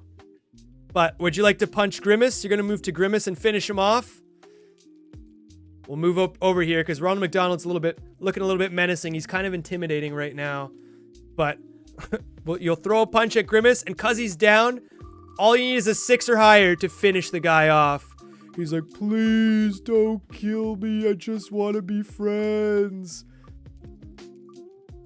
And oh my god, you swing and just hit the bare minimum to not kill him, but he is knocked unconscious. It doesn't look like he'll be a bother to us for a long while now. Now, Ronald McDonald steps up to the plate, seeing as he's the last champion in the arena. Said, MR Grimace, Mr. Grimace, he gone. He knocked out now. He's not dead, but he's still breathing, but unfortunately, he is unconscious. I don't think he's going to deal with them or pose any threats for like a little while. We've dealt with him. Now, Ronald McDonald moves into the equation, and he brandishes his knife and swings it at Jill. Let's hope that it doesn't hit because it's a bladed attack. It does. It's only a 12 to hit Jill. Hopefully it doesn't hit. Let me. Where's Ronald? Let's move him in here. He's in closer. We'll put him above Golden Grimace so we can see what's going on. 12 or higher to hit. Please don't hit. Please don't hit. But Jill is full health. Well, we need it. He swings his knife, and instead of cutting Jill, he just cuts off a small lock of her hair. So unfortunately, you got a nice haircut on the side, but you didn't take any damage, which is good. All right, Uncle Gary. It looks like the bastard that holds your car keys has finally come out to play. He swung his knife at Jill, but didn't cut her, only just a few locks of hair. You fired your net gun at Grimace. It didn't manage to tangle him, but he did get knocked down and he's out of the fight now. It's just us and the killer clown. What would you like to do against Ronald McDonald? Let's see what Gary would like to do. And then Jill, it's your turn right after. Well, shit a brick and call it art. Time for the main course, Tell me, Gary. huh? All right, Get him. Bonnie. Don't reckon you want to dance with Uncle Gary, but you ain't got much choice. Brass Let's go, knuckles Gary. coming right up, you Turn on big this boss battle red-nosed music. bastard. And after that, think I'm gonna need to celebrate with a good old whiskey toast. Darn tootin'. Where's time to clown around. Uncle Gary's coming for his keys. Hell yeah. Uncle Gary. Let me start up the boss battle music again. Uncle Gary's coming for his keys.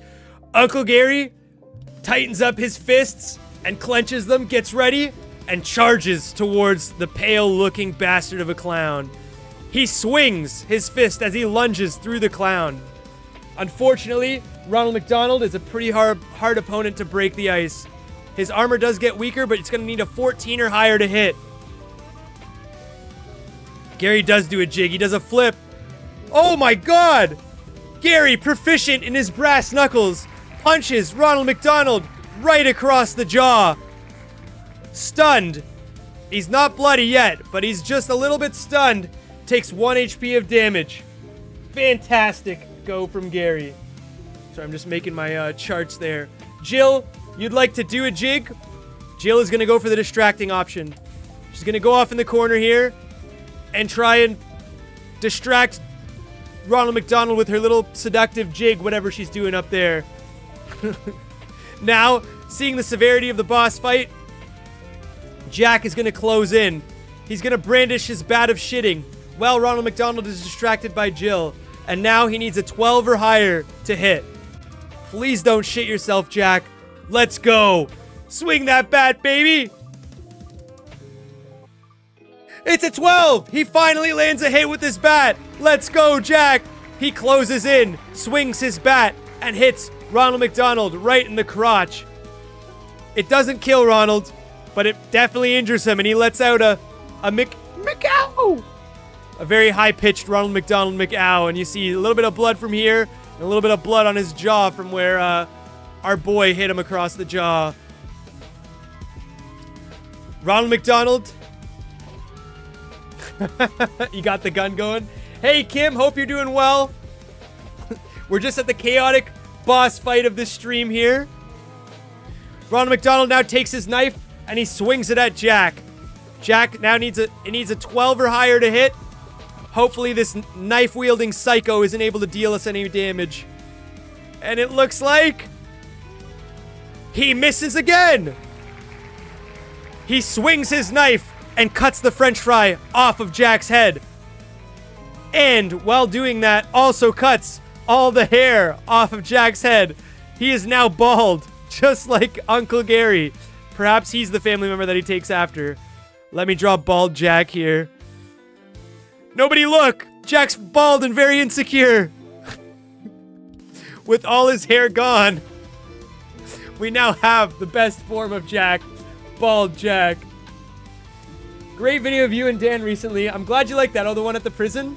It's definitely a very scary and frightful night. Jack, enraged by this show of becoming bald, steals his bat again and swings it at Ronald McDonald's hair this time. He's gonna need a 14 or higher to hit. Come on, Jack. You can do it, buddy. Oh my god! He swings his hat. He says, "I'm sorry, Jill. I know you love my long locks." And he swings his bat and nails Ronald McDonald right in the skull bone. Hits him for another piece of damage. And his hair, already blood red, becomes even more bloodied and red.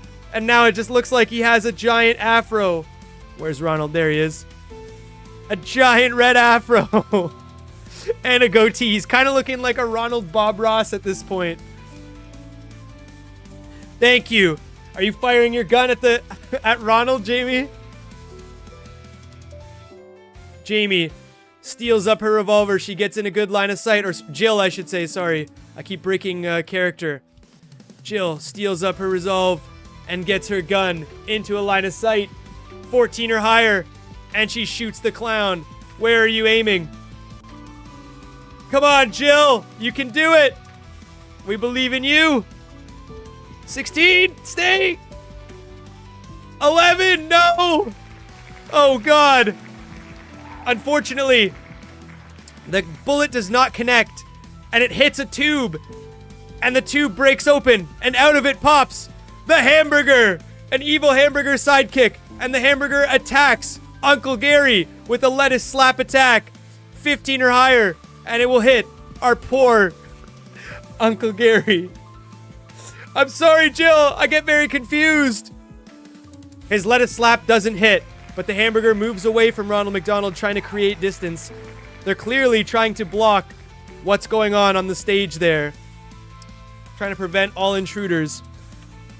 Uncle Gary, it appears that Ronald has taken quite a beating from your brass knuckles, but another one of those lifelike hamburgers has just appeared behind you. You've been a little bit injured, but you still got your brass knuckles and your booze. What would you do? Yeah, it could have been the shininess of my bald head that distracted you. Your sadness of Jack losing all his hair. While Gary's preparing his move, Damn Ronald McDonald popping up like gophers in heat. does another flip. All right, listen here, Jack and Jill. Give Ronald McDonald a wide berth. Let Uncle Gary deal with him. Now, as for this burger prick, knuckle sandwich, coming right up. They don't call it fast food for nothing. Course, a wee swig of Granddaddy's cough syrup ought to keep me limber for the fight. Dang tootin'. Fast food's fast, but Uncle Gary's fists are faster. Hello, Sammy. Welcome to the stream. I'm glad you made it. We're in the final boss fights here with Ronald McDonald and the Angry Burger. So Uncle Gary said he wanted to deal with Ronald, but he also said he was attacking the hamburger. So Ronald is going to do an impressive flip again. Everyone's going to ooh and ah. And then he's going to flip all the way back to the stage here, creating distance between you guys and himself. He's clearly guarding the leader here. Yeah, you were blinded by my chrome dome. Unfortunately, you fired off your last shot. Uncle Gary is closing in now on the hamburger, and he fires it. He punches his brass knuckles. He's going to need an 8 or more to hit. Let's see. Let's move this over here and zoom out a little bit. Now that we got a bit of a bigger picture. 19! Oh my god! Good thing we gave Gary a wide berth because he lands a critical hit. You can throw the gun. It will deal damage if you roll high enough. It's going to have to be a high roll in order to deal enough damage to deal a hit point to Ronald McDonald because he does have high armor. But while that's going on, Gary uses his brass knuckles on the hamburger and absolutely blasts the guy to Kingdom Come. Sends him to the moon and out of this stratosphere. He says, "Get the fuck out of here, you ugly hamburger. Back from whence you came. You should have stayed in that vat. You should have never came out." And laughs maniacally as he sends the hamburger into the heavens. Now, our recently bald friend Mr. Jack gets his bat and dashes towards the Ronald McDonald to clash with the knife-wielding psycho. He swings his bat of shitting and hopes that he doesn't crap his pants. What will he do? He needs to land a 14 or higher in order to hit. Please, Jack, don't shit your pants. 4. A swing and a miss, but thankfully he doesn't soil himself for the 3rd time this fight. Now Uncle Gary kind of like relishes in his glory of beating up the hamburger that just came out. It's now Jill's turn. All you can do this turn for now is just move up to where Uncle Gary is. But you can tell me whatever your next turn will be. Now Ronald McDonald is going to take another turn. He's going to throw. Perfect, Jamie. I respect that. Let me get... Oh, I need a hamburger. Ronald McDonald takes... Let me get a hamburger picture. They're all beat up and dead. We're going to take... Where's hamburger? We're going to take this guy. Just pretend this isn't a lifelike hamburger, because Ronald McDonald is going to use his turn to use an ability we haven't seen yet. And that's going to be... Hamburger bomb. He's going to throw... Pretend this little thing is a bomb shaped like a hamburger. It kind of looks like it, I guess. He's going to throw it between Uncle Gary and Jill. It has a bit of a timer, so you just got to be careful. And then he backs away slowly towards the menacing lever, clearly trying to protect this switch that's going on here. Oops. Go back on Ronald McDonald's square. He moves between himself and the lever. Let's see what we have going on here. We have Jack. So now it's Uncle Gary's turn. Uncle Gary, you punched the hamburger into the stratosphere, but it looks like Ronald McDonald threw some sort of hamburger bomb at you guys, and it's about to blow. He backed away towards the stage, and he's laughing maniacally at both you and Jill as he brandishes his knife. What will you do? All right. As Uncle Gary tries to figure out what to do, Jack charges in again with his bat. That's all he can do for now. And he swings. Let's see if he hits. 14 or higher. Needs to deal some damage. Well, come slap on, my Jack. ass and call me Sally. This situation's nuttier than squirrel No. turds. Jack, Jill, time to get your Jack heads out of pisses your himself. asses. We got a burger bomb situation. I ain't gonna let that red-nosed son of a biscuit laugh at us. I'll use the old trucker's trick. Say hello to Uncle Gary's booze-fueled charge. Straight for Ronald and his genocidal knife. But first, one last swig for courage. Here! Let's fucking go, Gary!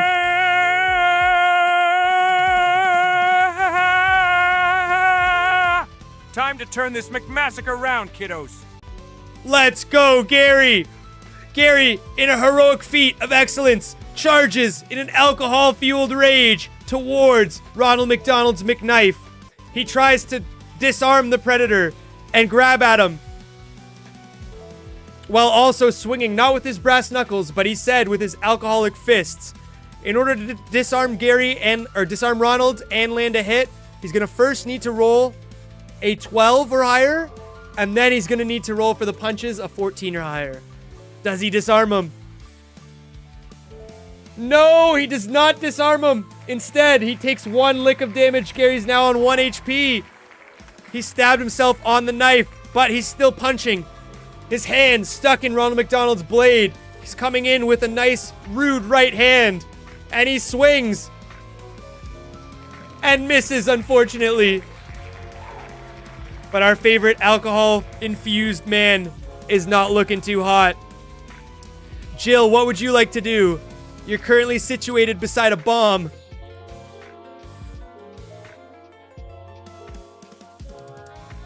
You can choose. Jack is going to swing his sword once, or he swung his bat. Unfortunately, he rolled a 3 and didn't shit himself. He pissed himself this time.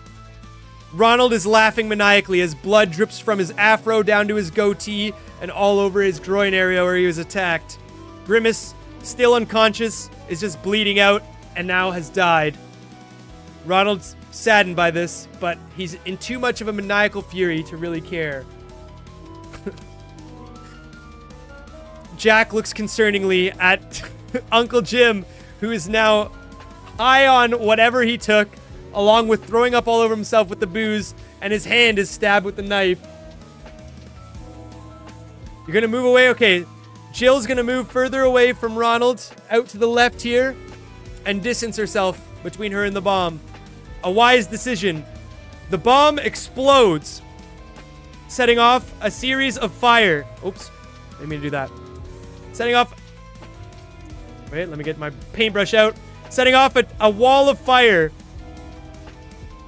And you're gonna throw the gun. It's a pretty far throw, so you're gonna have to roll, I'd say, a 16 or higher in order to hit him, and an 18 or higher in order to deal damage. But now there's a wall of fire debilitating, or not debilitating, sorry, preventing you from getting towards us for at least 2 turns. I'd say it'll take you to navigate around this area here. Let me draw the wall of fire. The bomb explodes. We now have this big cloud of fire here as some of the clone things are engulfed in flames, and you hear screams of other clones as they die and get burnt. Jill throws the gun. She needs a 16 to connect and an 18 to do damage. Will she lob her lob of faith do anything? Oh! Very close, but it lands just short and bounces around on the ground. Her projectile gone, unfortunately. Uncle Jim, you've successfully blocked Ronald McDonald's dagger attack, but your hand is wedged in the knife. You're in close quarters with him now, and you're alcoholically enraged. What would you like to do?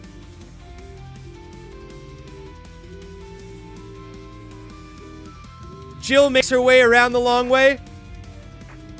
Let's see. And Ronald makes his turn. He can't do too much. Jill's in the corner now, except for throw a punch at Well, Jack. piss on a pancake. It's time to bring the storm. 15 You messed or it more, up, and Ronald though. hits Jack It's for Uncle 1. Gary, not Jim.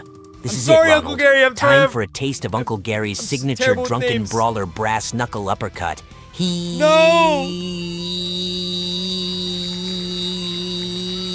Gary's very excited to show off his uppercut, his brass-knuckled uppercut. Jack is now down to 1 HP as well. You're Ronald- about to experience a high-protein hillbilly pummeling. Let's just have some dance, you helium? McFuckface. Yee. Time to knock your block off. Uncle Gary, what the fuck? Jill, noticing that the some of the clone containers that she's been around haven't been touched in a while, are covered in a layer of dust. She's just chilling and relaxing as she's sprinting her way over to the over to us. Instead, she's just leisurely looking around, having a good old time. Ronald, with his free hand, swings and punches our boy Jack in the head. Jack is now at 1 HP too. Both Gary and Jack are in critical condition, but Gary swings his brass knuckles. He's gonna need a 14 or higher to connect. He's bleeding out badly now, so let's hope he can manage to connect anything here. Please don't shit yourself. No! Oh my god!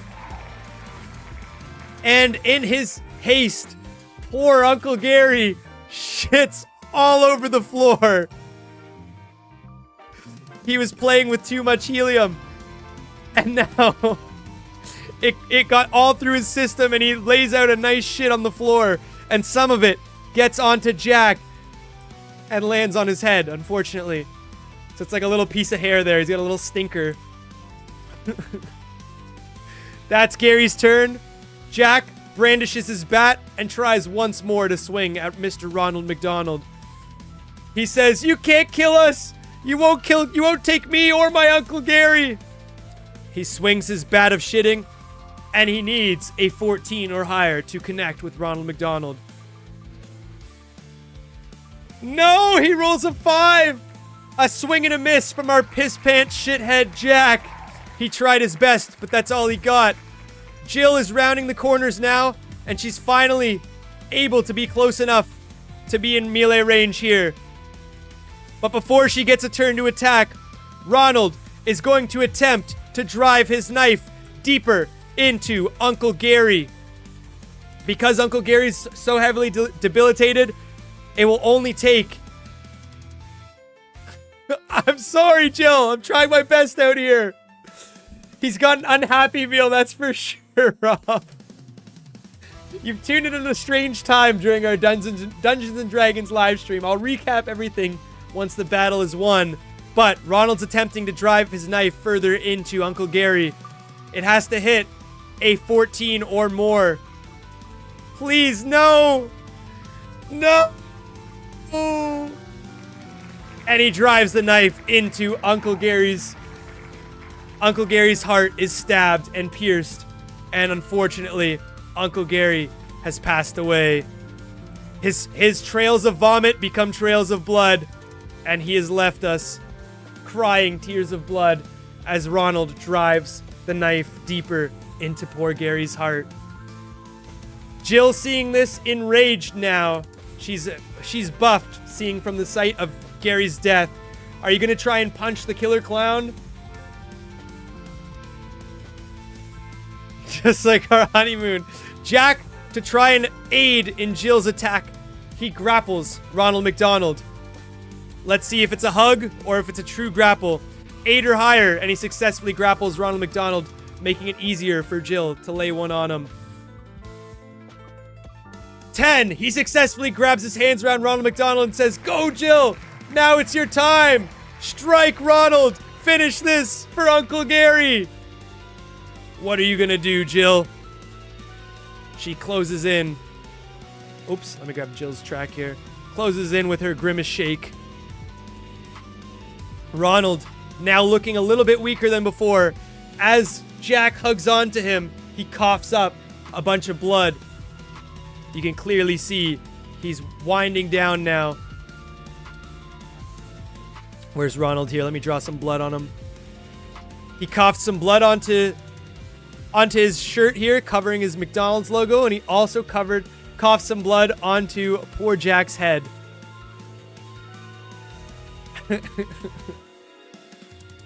Yes, Uncle Gary died as he lived, exactly. He went out swinging, covered in vomit, blood, and alcohol.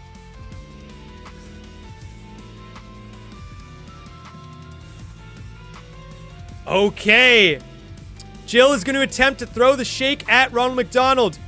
Because he's grappled and heavily injured, a 10 or higher will land a hit on the Ronald McDonald.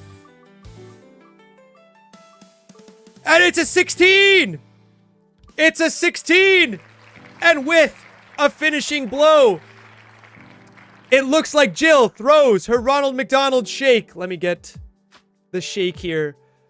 She throws her grimace shake at Ronald McDonald's head, and it splashes a great ooze of purple. Let me get a purple color here. All over Ronald's face. And you hear him screaming out in agony. Ah, what the McFuck did I just get hit with? And he drinks it. Some of it gets in his mouth. And unfortunately, it seems to be the last straw for Ronald. You see, he starts to bubble and ooze like in Street Trash, if you've ever seen that movie. And he withers down and starts slowly melting to the floor in a small pool. He says, "You'll never crush my dreams." And he turns into a giant puddle of purple ooze. And with that, Jack and Jill have successfully defeated the evil Ronald McDonald. But they're still stuck in a very ominous building. And in front of them is a lever that Ronald McDonald seemed to try to protect this whole entire time. What would you like to do, Jill? As they look around, they sadly notice Uncle Gary's demise. They see his maniacal state as he's laying in his own trail of feces, vomit, and blood. And they know that unfortunately, our friend is big dead. Our uncle, our mediator. We did survive. Now, Jack and Jill are moving over to the lever here. Jill pulls it, and you hear a big countdown.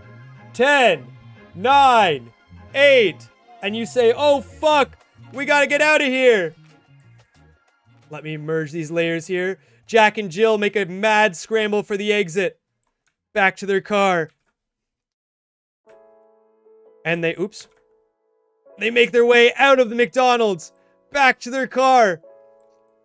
And they sprint And as they do that, the McDonald's explodes into a giant fiery eruption, and everything inside is engulfed in flame and fire. Sorry, these are my terribly drawn flames. And the building explodes, and Jack leans into Jill and says, "I don't think I want to get divorced anymore, honey." And then they slowly kiss in front of the engulfed flaming building here. Marriage saved. Although Uncle Gary might be dead, the marriage will live on. They make their way back to Gary's pickup truck, and they notice the keys have been in the ignition this whole time. Poor Uncle Gary. He died for nothing. But that was the story. I hope you guys enjoyed our D&D one-shot. We did it. We did it, everybody. We did it, chat. We did it, Jack. We did it, Jill. We did it, Uncle Gary. Pour one out for Uncle Gary if you're watching tonight. Or just pour one out into your mouth. I'll have a little sippy for him. Yeah, I'd say Jack does need a shower after the shit, blood, and piss. I don't think Jill got anything other than like maybe Caillou's piss on her. But but besides that, she's relatively clean. She has mustard and ketchup in her hair. She got a little hair chop right here from Ronald's knife. Besides that, nothing too crazy. I'll recap us through our adventure here for everyone who's just tuning in. But yeah, R.I.P. Uncle Gary's right, Rob. I'm glad we made it through that. But so basically, the adventure started out with Jack and Jill in the car with Uncle Gary heading towards City Hall. They were heading to City Hall to officiate their divorce as they were getting a separation, and Uncle Gary was there to be a mediator. Him being an alcoholic and having a very small bladder, needed to pull over to a local McDonald's or a nearby McDonald's.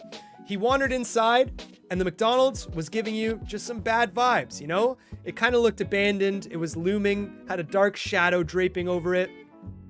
You knew that something wasn't right, and after a long time of waiting, Jack and Jill decided it best to head into the restaurant to go and search for their missing Uncle Gary. They entered the main restaurant lobby, where they were greeted with several hostile food bits. Hey, I'm glad you enjoyed it, Jamie. I hope everyone else watching enjoyed our fiasco too. But yeah, so they entered the main restaurant here where they were greeted with some unfriendly foods, and they battled some evil soda cans that, as you can see, oozed all over the place, a hamburger that got the ketchup kicked out of him, and killer french fries that threw french fry darts at people and projectiles. They beat up all those enemies and were able to find Uncle Gary in the bathroom. He said that he'd gotten jumped by a yellow clown, didn't know where the clown went, but the clown had taken his car keys.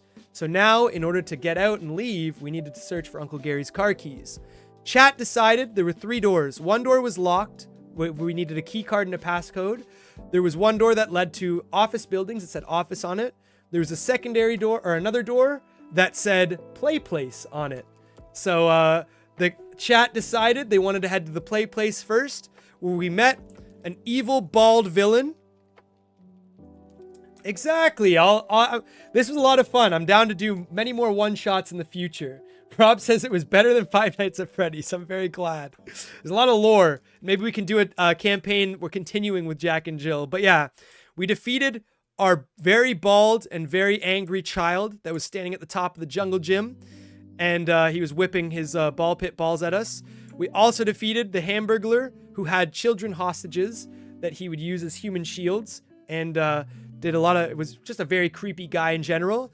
And we defeated another hamburger who we banished to the ball pit and was shot in the head.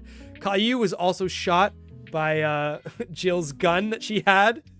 So that's how we were able to defeat our boy. Well, Uncle Gary just sat in the corner and found himself a nice drink.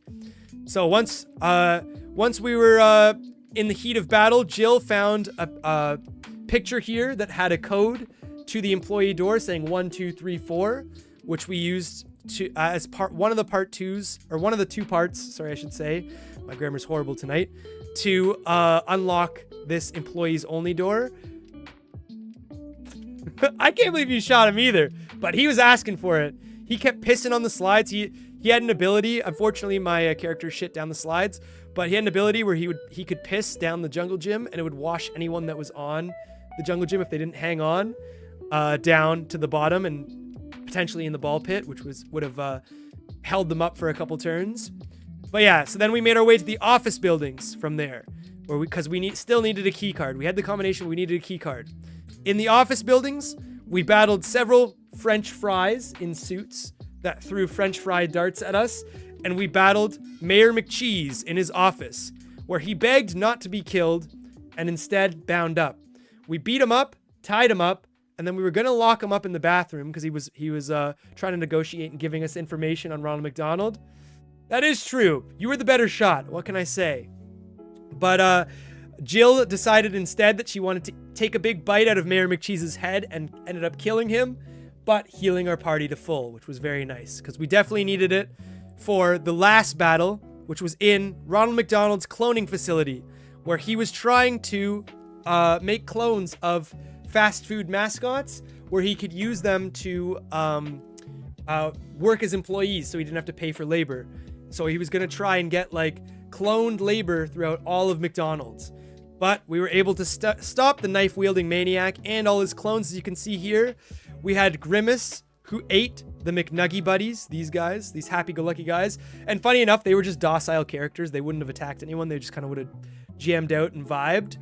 But he ate the McNuggy buddies and then, unfortunately, met his demise as we all ganged up on him. And he got a rude right hook from Uncle Gary, who also managed to beat up Ronald McDonald and stop a knife and save Jack's life, but met his demise here in the cloning room.